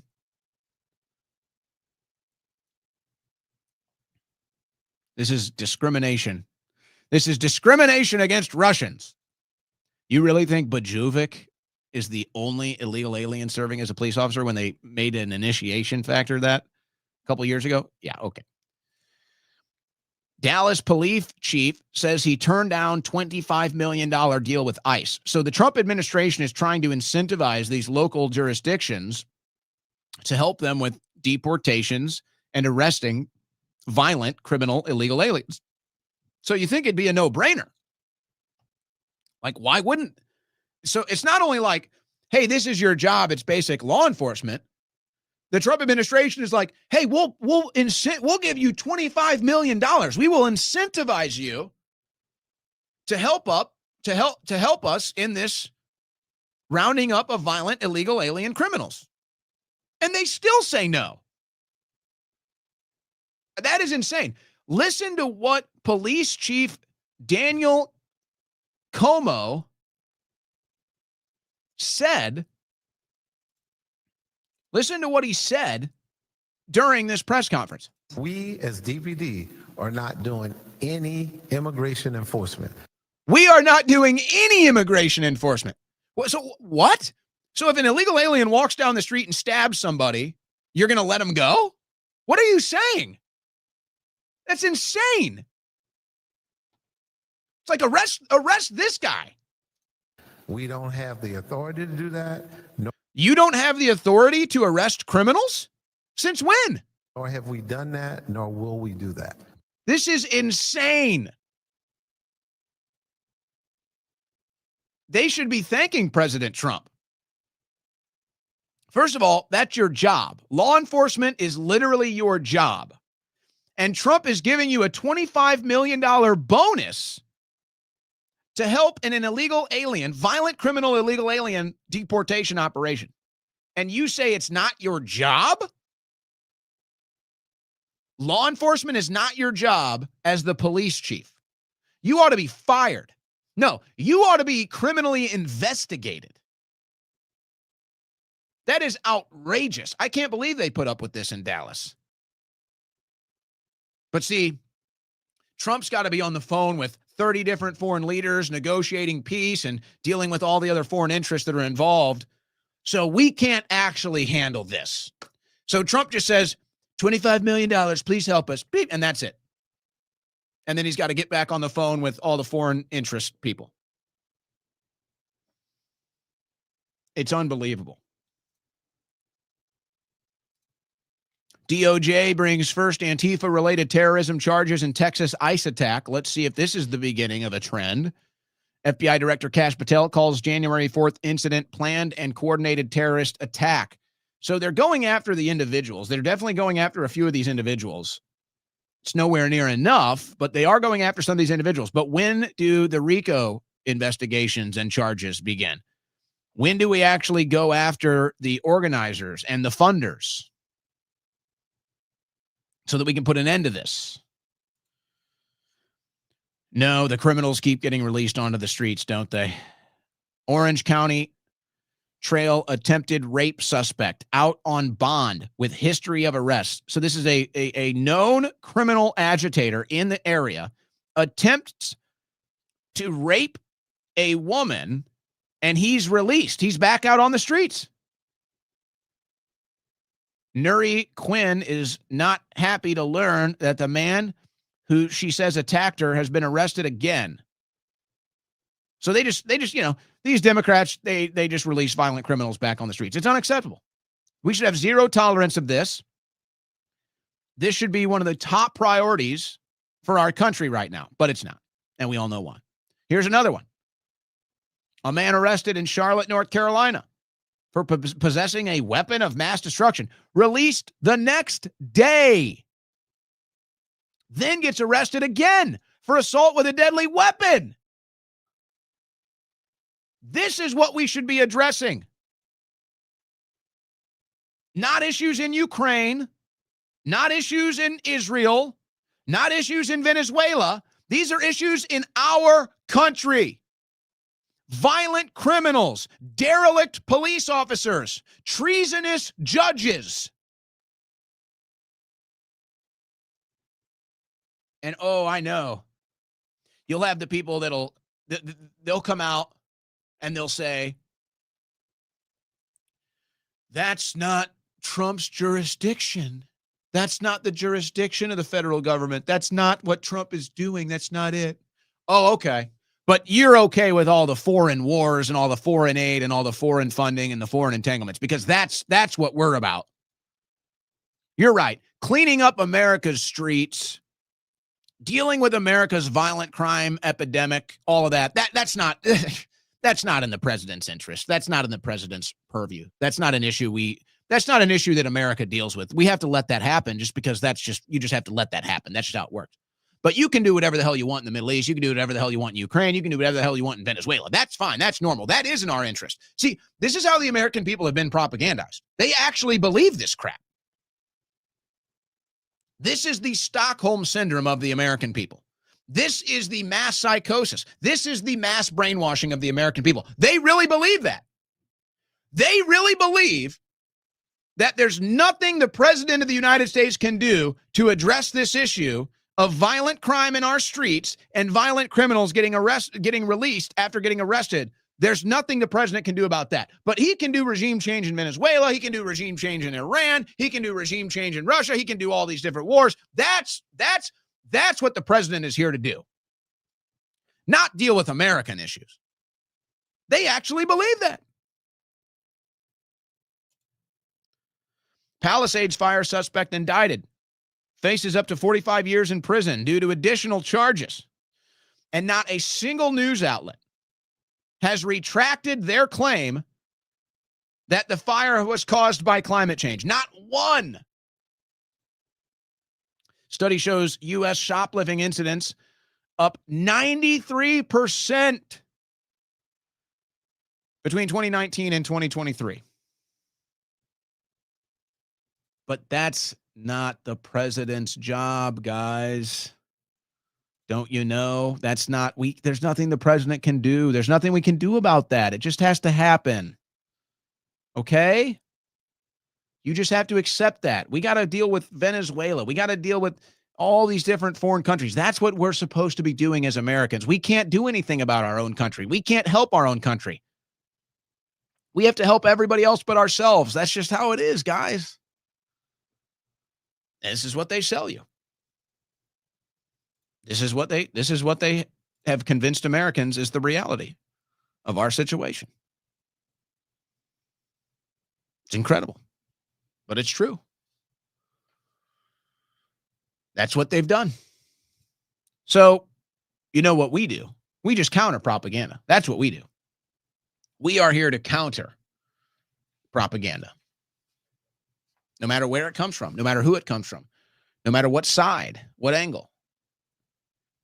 We are here to counter propaganda. And we'll never stop. We'll never stop. All right. As we close out the second hour, we are going to take calls in the third. I got a couple other stories we are going to get to. A couple other stories we're going to get to here. Folks, got to let you know about our sponsor, My Patriot Supply, mypatriotsupply.com/Owen. And look, it's a very unfortunate thing here in Austin. The weather is starting to cool down. I don't like it, but it's true. The 90-degree days are slowly going away, and soon it'll be December, and it'll start being cold and wet again. Hopefully, we won't have a giant freeze out like we had in the past. But if you're in an area where winter freezes happen constantly, that icy rain knocks out the power, you could be without power for weeks. You could be without food. What are you doing to address this for you and your family? This could be happening right around the corner. This could be happening. So the power goes out. Do you have food to feed your family? Do you have a source of heat to cook food, to heat your home? If the answer to those questions is no, then now's the time to go to mypatriotsupply.com/Owen and take advantage of the Winter Prep 3-month emergency food kit with $400 in free gifts. Now, not only did they put together this fantastic 3-month emergency winter prep special, it's already at a deep discount. But they've included a bunch of other gifts in there. And the best thing, this is something you'd want for your house no matter what. This is something that's probably worth the value just if it's just on its own. And that is the Vesta off-grid space heater from our friends at My Patriot Supply. It's a space heater that doesn't use electricity. It runs on canned heat. which is an indoor safe fuel. So, with a Vesta stashed in your closet, you know you can keep warm no matter what. And it doubles as a stove to boil water or cook food, which may come in handy, might even be necessary. Because you think about if you've ever actually been in a situation where you've had to go into your emergency food supply, some things happen and you don't think about it. You think, oh, I've got the emergency food supply. I'm good to go. But then it happens and you're like, wait a second, do I have an emergency water supply? Do I have an emergency heat supply? Do I have an emergency setup that I can cook food and boil water if I have to? So again, if the answer to these questions is no, folks, mypatriotsupply.com/Owen. This is about as good as you're going to do when it comes to the emergency food kits, folks. This is as good as you're going to get right here. The Winter Prep Special 3-month emergency food kit with $400 in free gifts, including that electricity-free space heater. Thousands of 5-star reviews. Thousands of 5-star reviews. Nothing but 5-star reviews when it comes to My Patriot Food Supply. And I'm not even talking about the high quality of the food, the highest quality emergency food. But My Patriot Supply is already known for that. So they just want you to know about this Winter Prep Special. It's a must-have for winter emergency preparedness. It's insurance you can eat. And you know what? You hope you don't need it, but you certainly don't want to need it and not have it. And that could be the situation you're in. You insure everything else in your life. You insure your car, your home, your life. Do you insure your food supply? Do you insure your family being able to eat in an emergency? Go to mypatriotsupply.com/Owen. Get that insurance today. All right. Second hour in the books. We'll come back, open phone lines, and get to the rest of the news coming up. You're listening to the Owen Report on the Win Network.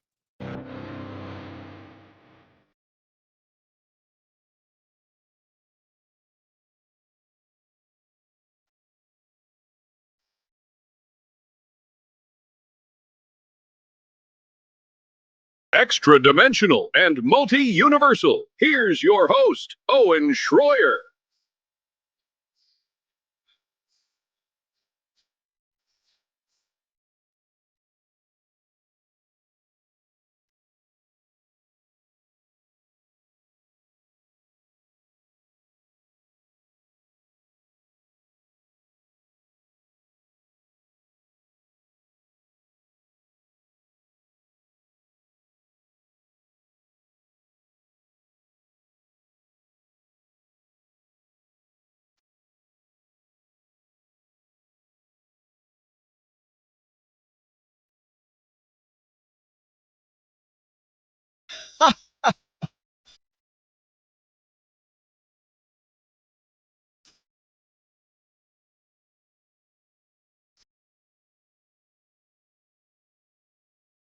So,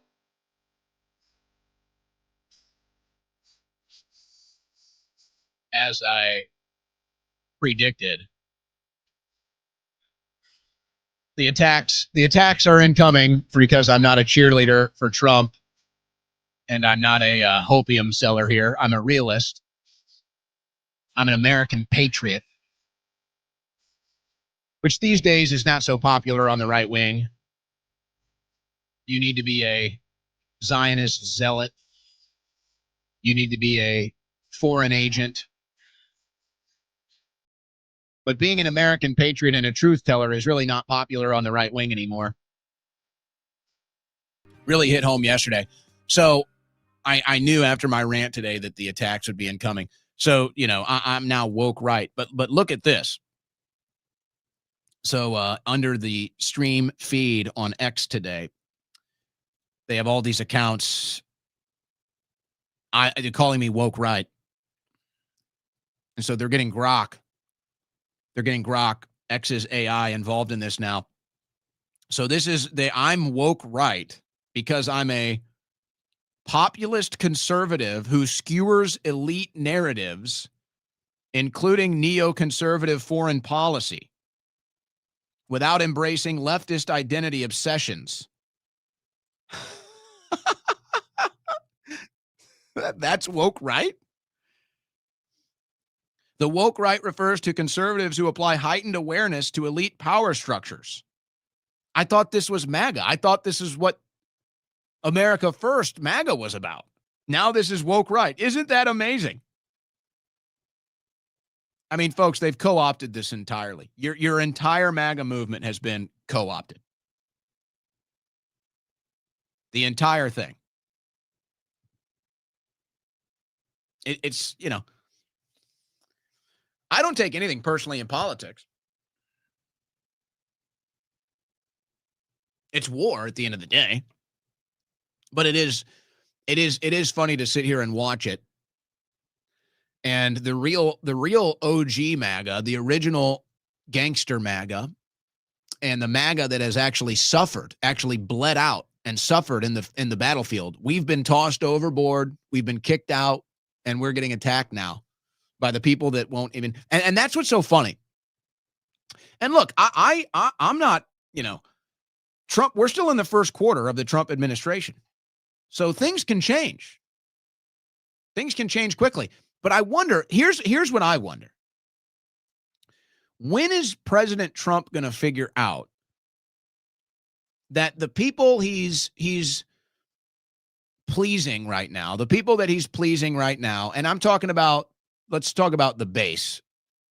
I'm not talking about the people that get access and the donors and all of that.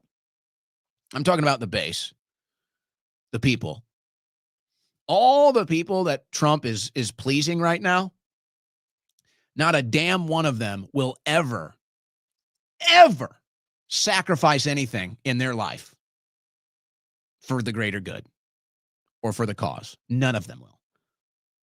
None of them will be disrupting Trump impeachment hearings. None of them will be confronting the leftist protesters. Well, they might now that we've already created that whole genre.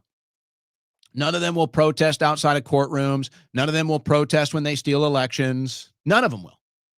None of them would bust a grape in a food fight. So I'm just, you know, for President Trump's sake, President Trump, when you have to go through the ringer again, and maybe you think you're beyond that now, and that might be true. But President Trump, if you have to go through the ringer again and deal with the deep state or another impeachment and everything else that you've gone through, none of these people will have your back. None of these people will fight for you. None of them. None of them, President Trump. None of them fought for you on January 6th. None of them fought for you after they stole the election in 2020. None of them fought for you when they were fake impeaching you. None of them fought for you when they tried to tear you down with fake Russian collusion. None of them fought for you in the streets when they were trying to stop you from winning the Republican primary. None of them did, President Trump. And the minute things get hairy again, and the minute things get difficult again, all of them will disappear, President Trump. All of them. All of them will disappear. You won't be able to find them. They'll be off radar. And I don't know. I don't know where the original gangster MAGA people will be at. I don't know if they'll be willing to fight again. Well, I should say I know they'll be willing to fight. But after being tossed overboard by this administration and this movement now, I don't know. I don't know if they'll be willing to fight for you. Probably will, though. They probably will because they're principled people and they care about this country. So they probably would, despite everything, step into that fray for you yet again. And maybe that needs to happen, you know? I don't want it to happen, but maybe that needs to happen. Maybe we need to have some event again, like the fake impeachment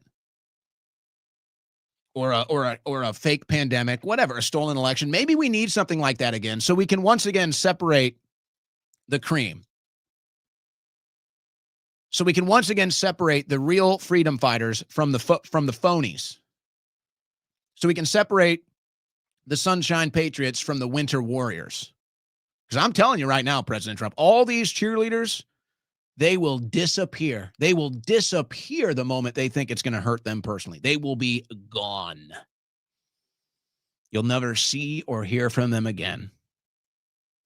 And maybe that'll be our time to step back up. Should that day come. Maybe. By the way, remember I told you Cuomo. I'm anticipating Cuomo is going to go all in for Israel tonight. I think that's going to be his pitch to the people of New York, and I guess he thinks that maybe he can win the Jewish vote there. So it might be a good strategy. I don't know.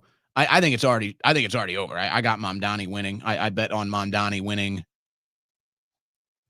when everybody was shocked when he got through the first phase. So I've understood this. I don't support Mamdani. Never supported him. Don't support his policies. I've just told you he was going to win because the things he's saying resonate with the people more so than any Republican. And that's just a fact. But then this happened. Cuomo pictured with one of Israel's top digital influencers, Emily Austin. She's a Republican. She's a conservative. She's supporting Cuomo, not Sliwa, not the Republican in the race, not the guy who's out in the streets literally trying to stop crime from happening, Curtis Sliwa. She's not supporting him. She's supporting Cuomo because he's going to get up there and he's going to wave the Israeli flag. Aren't you so loyal? Aren't these Israel influencers, aren't these astroturfed personalities so loyal? No, they're about as real as their blonde hair. They're about as real as their blonde hair. So there's your big Trump supporting Israel digital influencer pushing for Cuomo, the New York mayor that shut down the state and put the elderly into nursing homes that became a virus spreading death hole. But as long as he waves that Israeli flag, the Israeli digital influence army will support, even if it's a Democrat. Nice. There's your MAGA right there. There's your new MAGA right there. Willing to sell it all down the drain and support Cuomo and support a Democrat as long as he's pro-Israel. And there it is. And there it is. The real loyalty revealed. As if we didn't already know. As if we didn't already know. They just have no idea, folks. They have no idea. They're living in delusion land. They're living in denial. And that's why Trump won in 2016. And that's why Mamdani is going to win. Because all of his opponents have no clue what's really going on. They have no clue what people are really thinking and talking about. And that's why Trump won, and that's why Mamdani is going to win. And all the big right-wing conservative Trump supporters, the new MAGA, they're with us. They're for us. No, actually, they're with Cuomo because he's going to come out and probably wave an Israeli flag tonight. Isn't that incredible? That's happening tonight. By the way, also tonight, I am going to be at an event with Alex Stein at UT. So once we sign off here, may have to jump a little early today, just a little before 6 Central Time, to head down to UT and link up with Alex Stein before his event at UT campus tonight. So I'll be there with Alex. I know there's going to be some other special guests up there on the stage with Alex tonight as well. So I'll be looking forward to that. I also have to do this because, my producer is doing a great job here. And he's reminding me of things I need to do that I forget to do. Folks, if you haven't yet, please go follow the Owen Report on YouTube. That's a new channel. The Owen Report on YouTube. Still not able to get my original YouTube channel back. I've sent a couple feelers out and got nothing back from YouTube. We're still going to try to do that. But the Owen Report channel on YouTube, please go follow that. Follow me on X at Owen Schroyer 1776. Follow on Rumble, rumble.com/Owen. Rumble.com/Owen. Really appreciate that. Really helps with the viewership. Really helps with the numbers. Helps get the sponsors some love too. We want to make sure our sponsors are taken care of. We're going to be launching soon. Probably some other social media accounts that I'll let you know about. But if you haven't yet, please follow on YouTube, on X, and on Rumble. Really help us out. I appreciate that. Okay, so I think we got all the other notes off the desk here. I think we can go ahead and open the phone lines. We need more merch, they say. I agree. I've kind of dropped the ball on the merch. Go figure, now that I'm running my own show and running my own network, a lot more stuff to do, a lot less free time to handle that kind of stuff. Hey, look, if the budget expands and we got a bunch of money coming in and the sponsors are all happy and you're supporting the sponsors and supporting the show, then we can expand and I can hire more people to take care of this stuff. But right now, I basically run everything. And then I got a great producer that kind of helps me run everything and fills in a lot of the gaps and has been doing great work. But if the budget gets bigger, we can hire more people. We can do a lot more work. So hoping it gets there. It's a strange phenomenon because obviously, even though this is a new show, I've been on the air for a long time. So there's already kind of a following there. But this is still just week number 2. This is still just week number 2. So there's a lot of growth. There's a lot of things we still need to do, and we will. We'll go as far as you take us, folks. We'll go as far as you take us. But all of that being said, we're just glad to have you here. We're just glad that you're with us today. Really appreciate that. All right. Phone line is open. 747-255-60. 747-255-60. And remember, it's line to line. So I pick up the phone. I ask you your name and where you're from. And you are on the air. So that's how it goes. Number is on the screen, by the way, if you want to dial it up. By the way, I got some housing market news here that I could get to. We'll see if we end up getting to this housing market news. And I happen to have recently kind of had a personal experience with this. So I can give you a little more insight. First caller of the day. What's your name? Where are you from?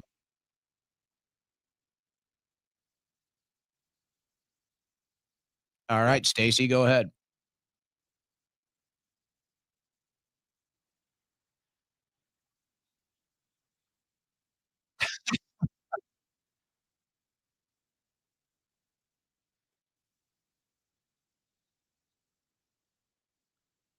Oh, wait a second. Hold on, Stacy. Hold on, Stacy. I forgot. I got to switch this. If you noticed, our audio today has been much better. Our audio today has been much better, but I forgot I have to flip one switch before the callers. All right, Stacy, sorry, restart your call. I just fixed the audio, but you're on now, Stacy. Go ahead. Okay. So thanks so much for all you're doing. It's amazing. We've all been through a ton, and I think that you're the only one telling the truth. And I'm not going to say I'm the only one. I'm definitely not the only one. But it is amazing how many people, in this journey, this MAGA journey, whatever it is, it's amazing how many people have just completely abandoned the platform of truth. They've just completely abandoned the platform of truth. They've completely abandoned the platform of America First. They've completely abandoned it. So, I mean, I'm not the only one, but it's like, many of them are gone. That's being, exaggerating for sure.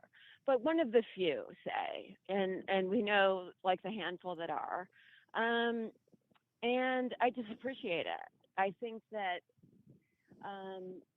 having voted for, I was no war. I would have voted for a toad if they said no war. And to see that it's happening and it hasn't ceased. And, why are we involved with everybody's stuff? I mean, it's sad because our politicians sell us out. Our politicians sold us out. That's why. Yeah. And I'll be honest, I worked for Donald Trump in Trump Tower when I was in college, and he was a very gracious, nothing what he's portrayed in the media, and nice. There was every rainbow in his organization. So he's not anything what anyone said about him in mainstream. What were you doing in Trump Tower, if you don't mind me asking? I was studying interior design, and I worked for the finance department, and I just go in after college and file stuff. And, and they knew that I was interested in interior design, and they were super nice, and they put me in the interior design department and said, you work really hard, go for it. And I did. I'll be honest, like the thing that it wasn't enough for me because I was just like, okay, I got to do more. And so I went on my merry way, but they were super nice. And he was gracious, walked through the halls, gave a wave, all kinds of great stuff. So, I have a place in my heart for him and the Trump organization, and everything that they were, they said they did, which they didn't. But that aside, I was just like, I'm not a Republican, I'm not a Democrat, I'm of the party of common sense. So if you vote for humanity, which I believe MAGA was, the real true MAGA people were humanity. So why are we doing all this stuff that benefits no one? I have so many friends in middle management who work super, super hard, losing their jobs because of what? Outsourcing, cutting things within big corporations. The little man is taking such the hit. And like you said yesterday, it's like, okay, everybody, let me work super, super hard so you can be fat. And thank you for your humor, by the way. And just, I don't know if I was very funny today. We had a little more fun yesterday. No, but you're courageous. You're saying so much that the people I was watching, there's a few people I watch religiously, and I stopped watching them because all they talked about was civil war. It's all they talked about. I'm like, you know what? Maybe if you stop talking about it, there will be less violence. And maybe if you cared less about how many hits you got, and because no matter what, it's not about us being Democrats, Republicans, or what it's about what they're doing to us. So when I get into these heated arguments with family members, even who don't think the same way I do, I said, let's stop arguing. This isn't about you and me. This is about the lacking of our government that cares about us. So, it's us really that's saying, no, we're not going to do this. So the more people they're going, no, I don't want this, then the better off we are. So stop talking about, there's definite extremism, and thankfully that's been dissipated to some extent. But in general, your average thinking individual just wants everyone to be happy and prosperous and have a great life. Yeah, that's true. And it's like, even though that's what the vast majority of Americans want, we never get that, right? It's like the things that the Americans agree on the most, cutting taxes, stopping foreign wars. It's like, that's the stuff that we'll never get from our government. It's funny how that works, but it's a fail-proof. It's a fail-proof occasion. Whatever the American people want, we won't get. Whatever the DC donor class wants, they'll always get. Yeah. It's like, and I thought what you said last night was great in defense of Trump, because you're like, the gatekeepers are keeping him away from what the American people really want. But is it that difficult to see? Is it really that difficult to see that Americans are last, and that, Yes. Well, you know what? Here's how I would. This might be a crude analogy, but I kind of feel like this is where it's at. Trump is obviously pretty busy. He's pretty busy. Yeah. He's doing a lot of things. And so, I look at it like, I've been really busy. I'm launching my own network, launching my own show, everything else that goes along with that. I've been really busy. And what has happened is I have 40 boxes piled up in my garage right now. It's just stacks and stacks of all these boxes of stuff that's been coming here, studio equipment, whatever. And it's like, I've been too busy to handle it. And so I think that, that's where it's at. Now, I don't know if Trump ever sees the garage, but I'm reminded, it's like every time I go into my garage, I'm like, oh yeah, oh man, I got to deal with all these boxes. I keep forgetting these piles of boxes in my garage. And then it's just like, oh, I got to do this, I got to do that. I never deal with the boxes. So I feel like, that's kind of a crude analogy, but it's like, Trump is so busy dealing with all the stuff that keeps getting put in front of him, which is gatekept by Susie Wiles and others, that he can never walk into the garage and it's like, oh yeah, these are the boxes I need to deal with. So that's kind of the analogy is he's too busy. He only gets access to what he's allowed to see because he's gate kept by the staff, and he can't address the basic boxes in the garage. Just break it down, get it out of there. He can't even do it. Yeah. Yeah. And by the way, you mentioned Civil War. Here's what I would say. And you may notice this. A lot of people talk, but they don't think. And this is why I used to be able to go out on the streets and own the libs. And anybody who's been following me for a long time knows, like, that was really the big content that got me a following. I launched the entire genre online of going out and owning the libs or owning the Trump protesters. I invented that genre. That was me. Okay, why was I able to do that? Because these people talk, but they can't think. And so the minute you make them think, that's when they fumble. That's when they stumble. That's when they embarrass themselves. So I did that for like 2 years. Well, it's not just liberals that do this. Now, plenty of conservatives like to do this too. They talk, but they don't think. So somebody brings up Civil War. Seems to be some voices on the right talking about Civil War.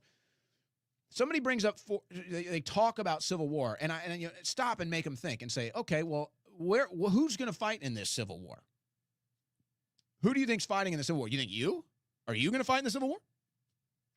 You think the hardcore MAGA people that have been thrown overboard and attacked by the people like you for the last year, you think they're going to fight in the Civil War?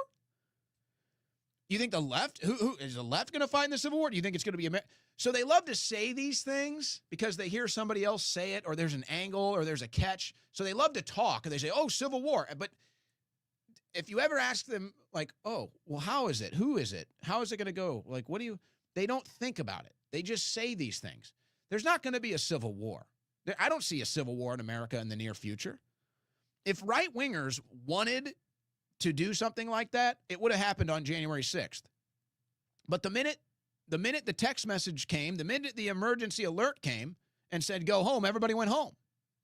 If right-wingers wanted to do anything, overthrow, Civil War, whatever, it would have happened on January 6th. That was the day. We had over 1 million people in D.C. We literally surrounded the Capitol. We were all over the place. And we went home in peace. We don't want Civil War. There's not going to be a Civil War. The average American can still go out and afford to have dinner. They can still afford to, do whatever their hobby is, watching Netflix, playing golf, working out. Now, if that ever comes to an end, which it's like you might be on the brink, then maybe you could have some tension. But we're still able, the ease of access, everything is still there. It's harder than ever maybe for some people, but it's still there. So, no, I don't believe the Civil War thing for 1 second. I mean, there's a political Civil War. The left is killing people on the right, but nobody's doing anything. The administration isn't doing anything. So we just sit here and take it. I got to jump to another call. I appreciate your call. Hope to hear from you again, though. Next caller, what's your name? Where you from? What's going on, Owen? Hey, are you going to be watching? Are you going to be watching the debate tonight? Well, can I elaborate before I step on that stage, my friend? I just want to let you know that we all know who runs New York City, and they've been doing it for years. The Muslims. So we're not gonna wait. Let me just get this off. Let me get him off my chest. So Kampala, Uganda. That's where he's from, Mamdani, right? Do you know if you Google, the only Masonic lodge in Uganda is located in Kampala, where he's born. Now you could put the connected dots on that one. Well, yeah, he's a family. He's pretty rich, aren't they? I mean, he comes from a wealthy family. Yeah, you were right about Mamdani when I was talking about Eric Adams. I just thought that Eric Adams was going to stay in the race. I don't understand why, but now it makes sense because they're all on the same team. It's like which is better, Burger King and McDonald's? But they're both unhealthy for you, right? Well, it's the look, same thing the reason, I said it was a secret. I had the inside scoop on Eric Adams. He's got too many skeletons in his closet, and ultimately he was always going to have to drop out, folks. He was always going to have to drop out. By the way, I don't know. He definitely cut a deal. 100% Eric Adams cut a deal to drop out. And Cuomo would probably cut a deal to drop out as well. Curtis Sliwa came out and said he was offered $25 million to drop out of the race. Now, Sliwa as great as he is, and I think he's a fantastic gentleman, he has no chance. And this man is so principled, and he cares so much. He turned down $25 million to drop out. Now, that money might get offered to Cuomo, and he'll drop out. Don't be surprised if that happens. No, but Eric Adams cut a deal. Eric Adams had a lot of issues behind the scenes with NYPD, with the foreign money issues. Eric Adams had a lot of issues, and I guarantee he cut a deal to drop out. Now, I talked about that. I had NYPD police on and talked about that, so that's how we knew that was coming. Don't be surprised if Mamdani ends up running against Sliwa, folks. Don't be surprised if Cuomo takes a check to drop out. Don't be surprised. But let's see what happens tonight. Because it's all about money. It's all about money. Next caller, what's your name? Where you from? Hi, my name's Danny. I'm from Louisville, Kentucky. All I right. was just calling because, I have a lot of disgust for how the politicians are acting right now and the policies that they are and aren't making. And I'm just curious, what is it that we can really do about it at this point in time? Well, I'm doing my thing here with the audience that I have and my platform, to tell the truth. That's what I'm doing. And I always say this because I get asked the question a lot, is what can I do? I guess it's a little different context the way you're approaching it right now. But just the fact that you're asking the question is already, it shows you that your head is in the right place. I don't know. I mean, honestly, it's like, I think just stay tuned, stay hyper vigilant, absorb as much information as you can, and it's kind of just a holding pattern right now because there's nothing we can do now. We are now up against the swamp, which is it's like you can't even believe it, but we are. Now we are still up against the swamp. Even though Trump is president, we're still fighting the swamp. We're still fighting the deep state. So really nothing has changed except now you've got this new MAGA crew that's fighting for the swamp.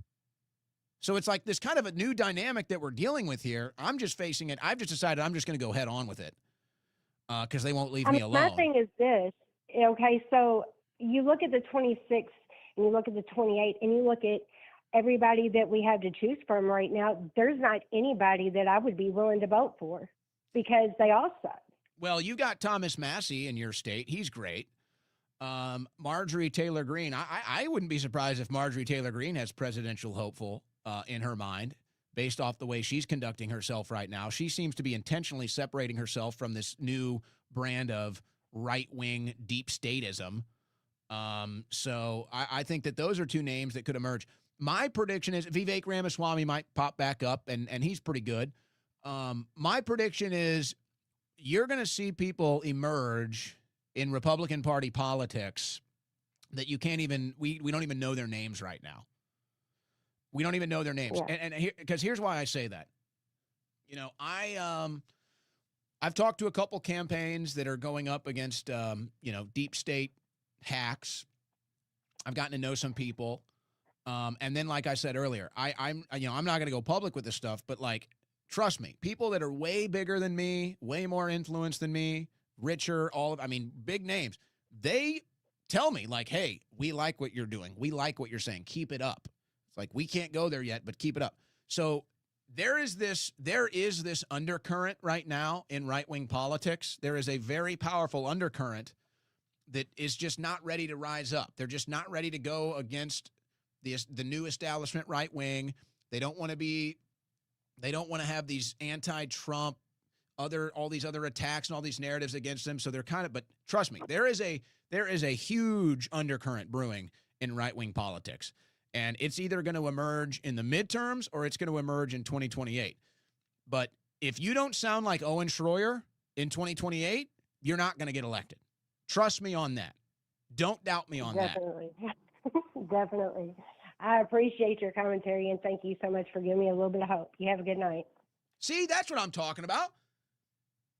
I'm not blackpilling up here. I'm actually giving hope. I'm inspiring. Thank you. I appreciate that. I like that a lot, actually. Hey, I want to play this clip actually real quick. Let me see what else we have here. We got a couple things. This is Zoran Mamdani on Martha McCallum yesterday on Fox. Actually, you know what? If I'm going to do that, I forgot I got to switch these sound settings. Let me take another call real quick. Next caller, what's your name? Where are you from? Matt from St. Louis. All right, Matt, what's up from my hometown? Hey, how's it going? Yeah, Owen, I've been listening for probably since 2020 from InfoWars. But yeah, I was just calling, man. I'm actually listening to you on YouTube. And, it's just, it's all bullshit, man. Whatever Trump's doing is all bullshit. And guys that I work with, I work out Boeing out here, they get pissed at me whenever I start railing on them. Like, what is he doing? He's not doing what he says he's going to do. And since the Epstein bullshit, it's just, like, the people are still defending him. It's just unbelievable. Well, don't worry. It's only a matter of time. It's only a matter of time. Because you have to understand, and I've always said this, you've been listening for a while, like, you're in the top 1% of politically informed people. You're in the top 1%. You're in the upper echelon. So what comes with that is you're going to get misunderstood. You're going to get misinterpreted. You're going to get attacked. You're going to get slandered and everything else that comes with it. But then eventually you're going to be right. Eventually you're going to be right. So, right. I get all my info from you and Stu Peters. I didn't know anything about the Jews until the October 7th deal. And then I started researching this, listening to Stu and everything. And it's unbelievable. I'm a Christian. They hate Jesus Christ. It's just, boy. It's just unbelievable. They think that Jesus Christ is in a pot, an excrement in hell. And it's just, how is that our biggest ally? Well, I don't know. Maybe somebody can ask Netanyahu about that. I don't get into the I don't get into the theological issues. That's not what I do here. Right. Maybe if there's if somebody wanted to do that with me, I'm not going to do that on my show. I do the political issues. I stick to the political issues. That's what people want. I don't do the theological stuff. But aside from that, you can say it's good or bad, but you can't deny it. Israel has more influence. Israel has more influence on this administration than you, the American voter. That's just a fact. That's a fact. You can like it or not like it, but that is a fact. To deny that is to not live in reality. So we're not going to do that. We're not going to deny reality for you. That is the reality. Trump doesn't even hide it. He's public about it. That's what was so frustrating to me yesterday, Matt. When I came out and that clip went viral of me saying that Trump said Marian Adelson cares more about Israel, and I was attacked, he said it. So it's like, again, just because I follow news and I know what I'm talking about and you don't, it's like, oh my gosh. Oh, here he is again. He's anti-Trump. He's woke right. Trump literally said it. And you're attacking the messenger because you don't like what Trump said, not what I said. So it's just like, what are you going to do with these people? You know what I'm going to do?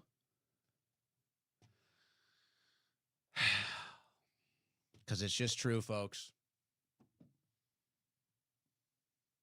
I can't help it. I don't know. It's just, it's who I am. It's who I am. I didn't come up with the name Cuck Destroyer. But I guess that's just who I am. So, yeah. To all of you cucks on the right, good luck. Good luck. They don't call me the Cuck Destroyer for nothing. So all you cucks on the right, you want to come after me, all you cucks on the right, all of you spineless cucks, all you sellouts, all you ignoramuses that would never step into the fray for anything in your life. All you cucks on the right, you want to come after me? good luck. Because I'm being nice. I'm actually being nice. I still believe in unity. I still believe in uniting the people for the cause. I still believe in that. That's still what I want to do. But if I ever lose that, if I ever lose that faith, if I ever lose that hope, if I think it's a lost cause, good luck. Good luck. And you're going to find out whose opinions are really popular. Because if you think that just being backed by the establishment, if you think being backed by the establishment right is going to carry you to victory, if you think getting your digital influence money is going to make you popular, good luck. Good luck. I'm being nice. I'm being nice. Because I still do want to bring people together. That's what I really want to do. I want to bring people together, and I want to save the country. I want to save the world from these evil monsters. They're running it. That's what I want to do. But if you're going to get in my way and you're going to try to stop me in my mission, get ready to meet the Cuck Destroyer. Okay? And I've been nice. I've been nice. I've turned it off. But you're really making me want to go there. You're really making me want to go there. And that's kind of what people want too. I just want to cover the news. That's what I want to do. I just want you to tune in for 3 hours and just know everything that's going on. And I want to cover the news. That's what I want to do. But if you're going to try to stand in my way of saving the country, get ready to meet the Cuck Destroyer. You probably don't know about that because you were nowhere in 2015, 2016, or 2017. And then I was banned off all social media before you even joined this political movement. So you'll learn.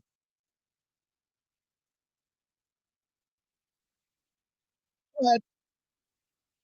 You'll learn. All right, I got to hit these video clips. This was Mom Donnie on Fox News yesterday with Martha McCallum.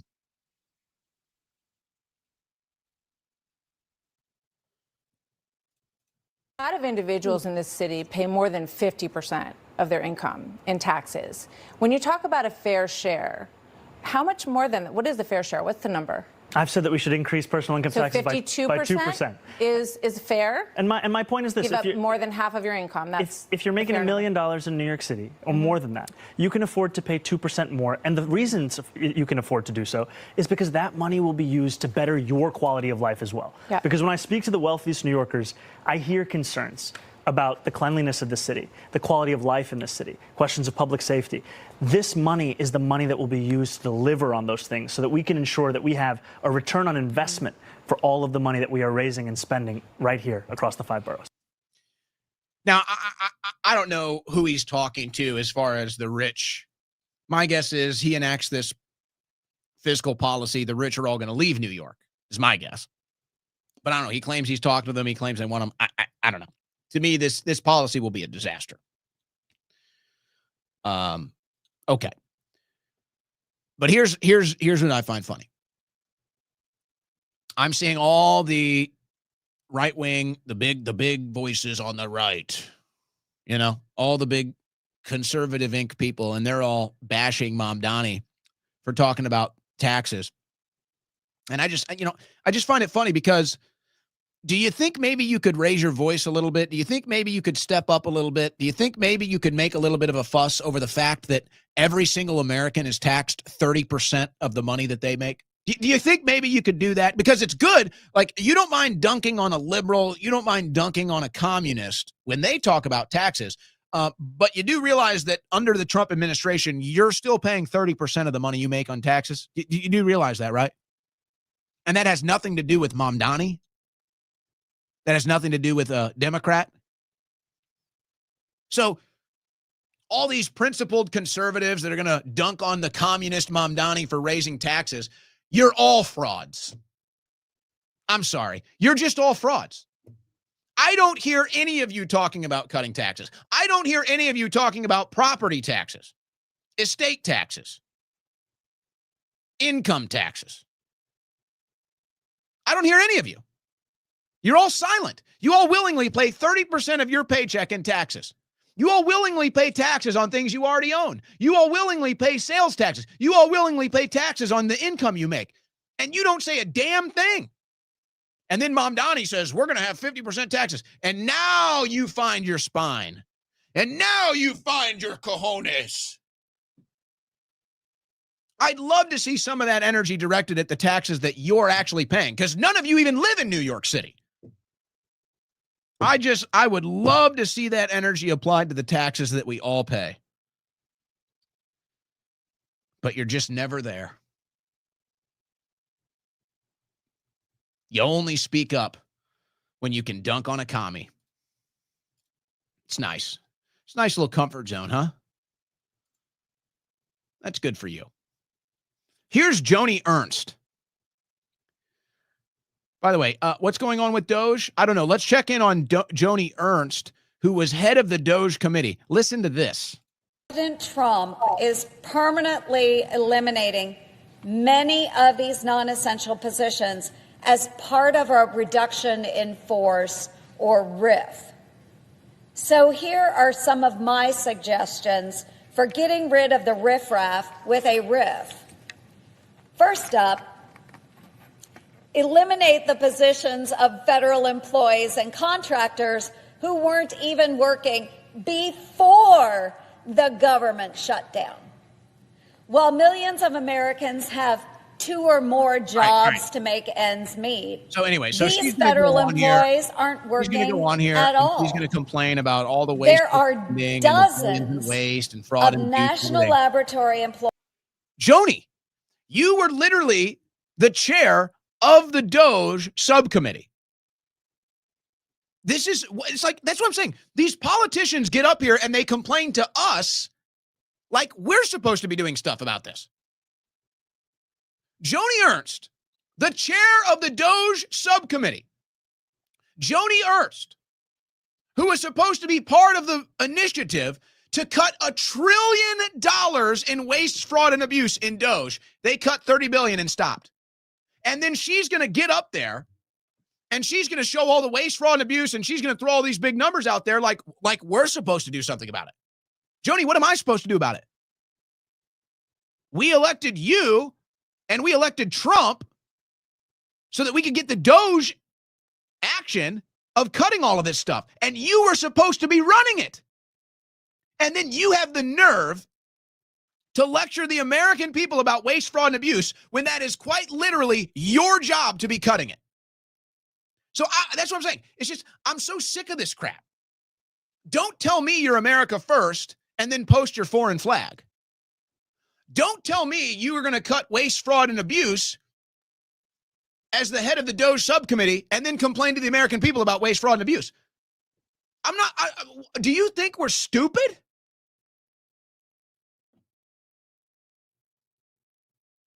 Earth to Joni. You're in Congress. Earth to Joni. You're the head of the Doge subcommittee. Earth to Joni. Your job is to be cutting waste, fraud, and abuse. Why are you giving us a lecture? Why are you lecturing the American people about all the waste, fraud, and abuse that needs to be cut? That's literally your job. Can you imagine if you went to the dentist and your dentist sits down and he says, well, you know, you really need to do something about that cavity, and you really need to do something about that root canal, and you really need to be doing something here about that cap on your back tooth. And you're like, what? You're the dentist. I'm in the dentist chair. I'm here. Aren't you going to do the cap and the root canal? Like, this is what I'm here. It's like, yeah, I mean, you really need to have a root canal. You really need to have that cap replaced. You're the dentist. I'm in the dentist chair at the dentist office. You're the dentist. Are you going to be doing the dental work that I'm here for you to be doing? That's Joni Ernst.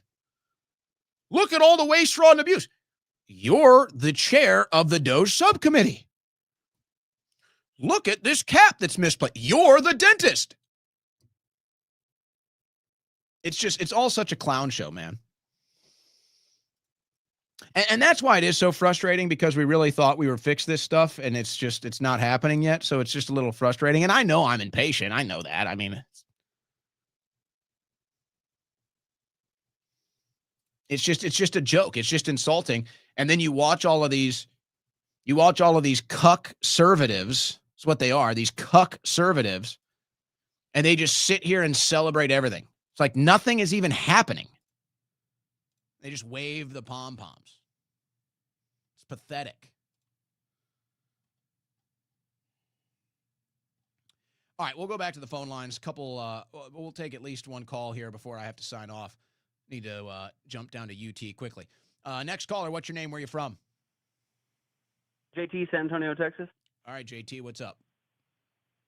I was just gonna ask Owen if it's possible that it's like the what Trump is doing is art of war. You know, like I do think about could that. possibly just be. Yes, no, I do think it's possible. Yeah, yeah. But see, my issue is, because I do think about that, and I do think it's possible. But my issue is I don't know that. You understand? So I can't tell you that's going on. It's hard to wait. Well, it's not even about that. It's not even about. We've been holding tight for so long. No, it's not a patience issue. It's not a patience issue. It's I don't know that's going on. I can only report to you what is going on. I can only report to you what I know. So I don't know that.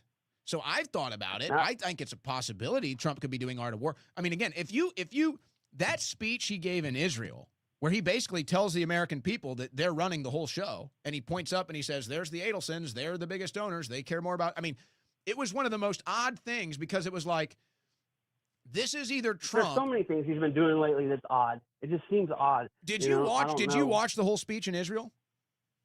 No, I didn't watch the whole speech. So most people didn't. Most people didn't. And part of me thought maybe I should just play the whole thing. It has to be one of the strangest things. I'm telling you, folks, it's one of the weirdest things, because he's up there and it's like you would think he's the president of Israel. The whole presentation, the whole air, the whole attitude, the whole thing is like, I'm the president of Israel. Everything I'm doing is for Israel. And then he calls out the Adelsons. He calls out the donors. He calls out how everything they're doing is for Israel. Like it was very strange. And I'm like, okay, is this Trump up here telling the American people what's really going on? But this is the only way he can do it? It's like, is this Trump saying, hey, everybody, here's who's really running things. This is what this is it. Like, it was like, or was Trump feeling comfortable because that's just what he is? It was one of the strangest speeches. Honestly, it was one of the strangest speeches I've ever seen him give. Probably the strangest thing.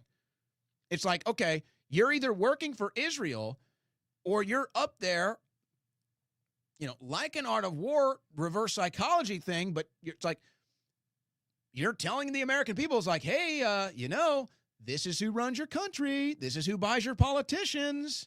This is who's running the White House. It's like it could have been either one, man. But most people didn't see that speech. And that's why I got attacked for telling the truth about it. Because God forbid I actually comment on things that I see. God forbid I actually follow the news. I don't just post on social media on a whim. So it's clear nobody watched his speech in Israel. Nobody watched it, which shows you how little people actually care about Israel. So I go out and I comment about the speech in Israel that nobody watched, and then I'm called a liar. And then I played the clip for you today. It was very strange. Whole thing very strange.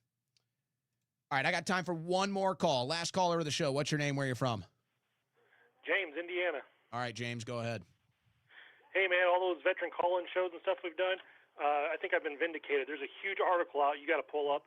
It's called Veterans Betrayed, Psychiatric Program Fuels Suicide, Public Violence, Death, and Despair. The VA is causing suicide and mass shooters. Veteran Mark Miller from the Texas was one of the first veteran suicides mentioned. The key takeaway, the VA overdose deaths are nearly twice the national average. President Trump needs to do something about veteran suicide.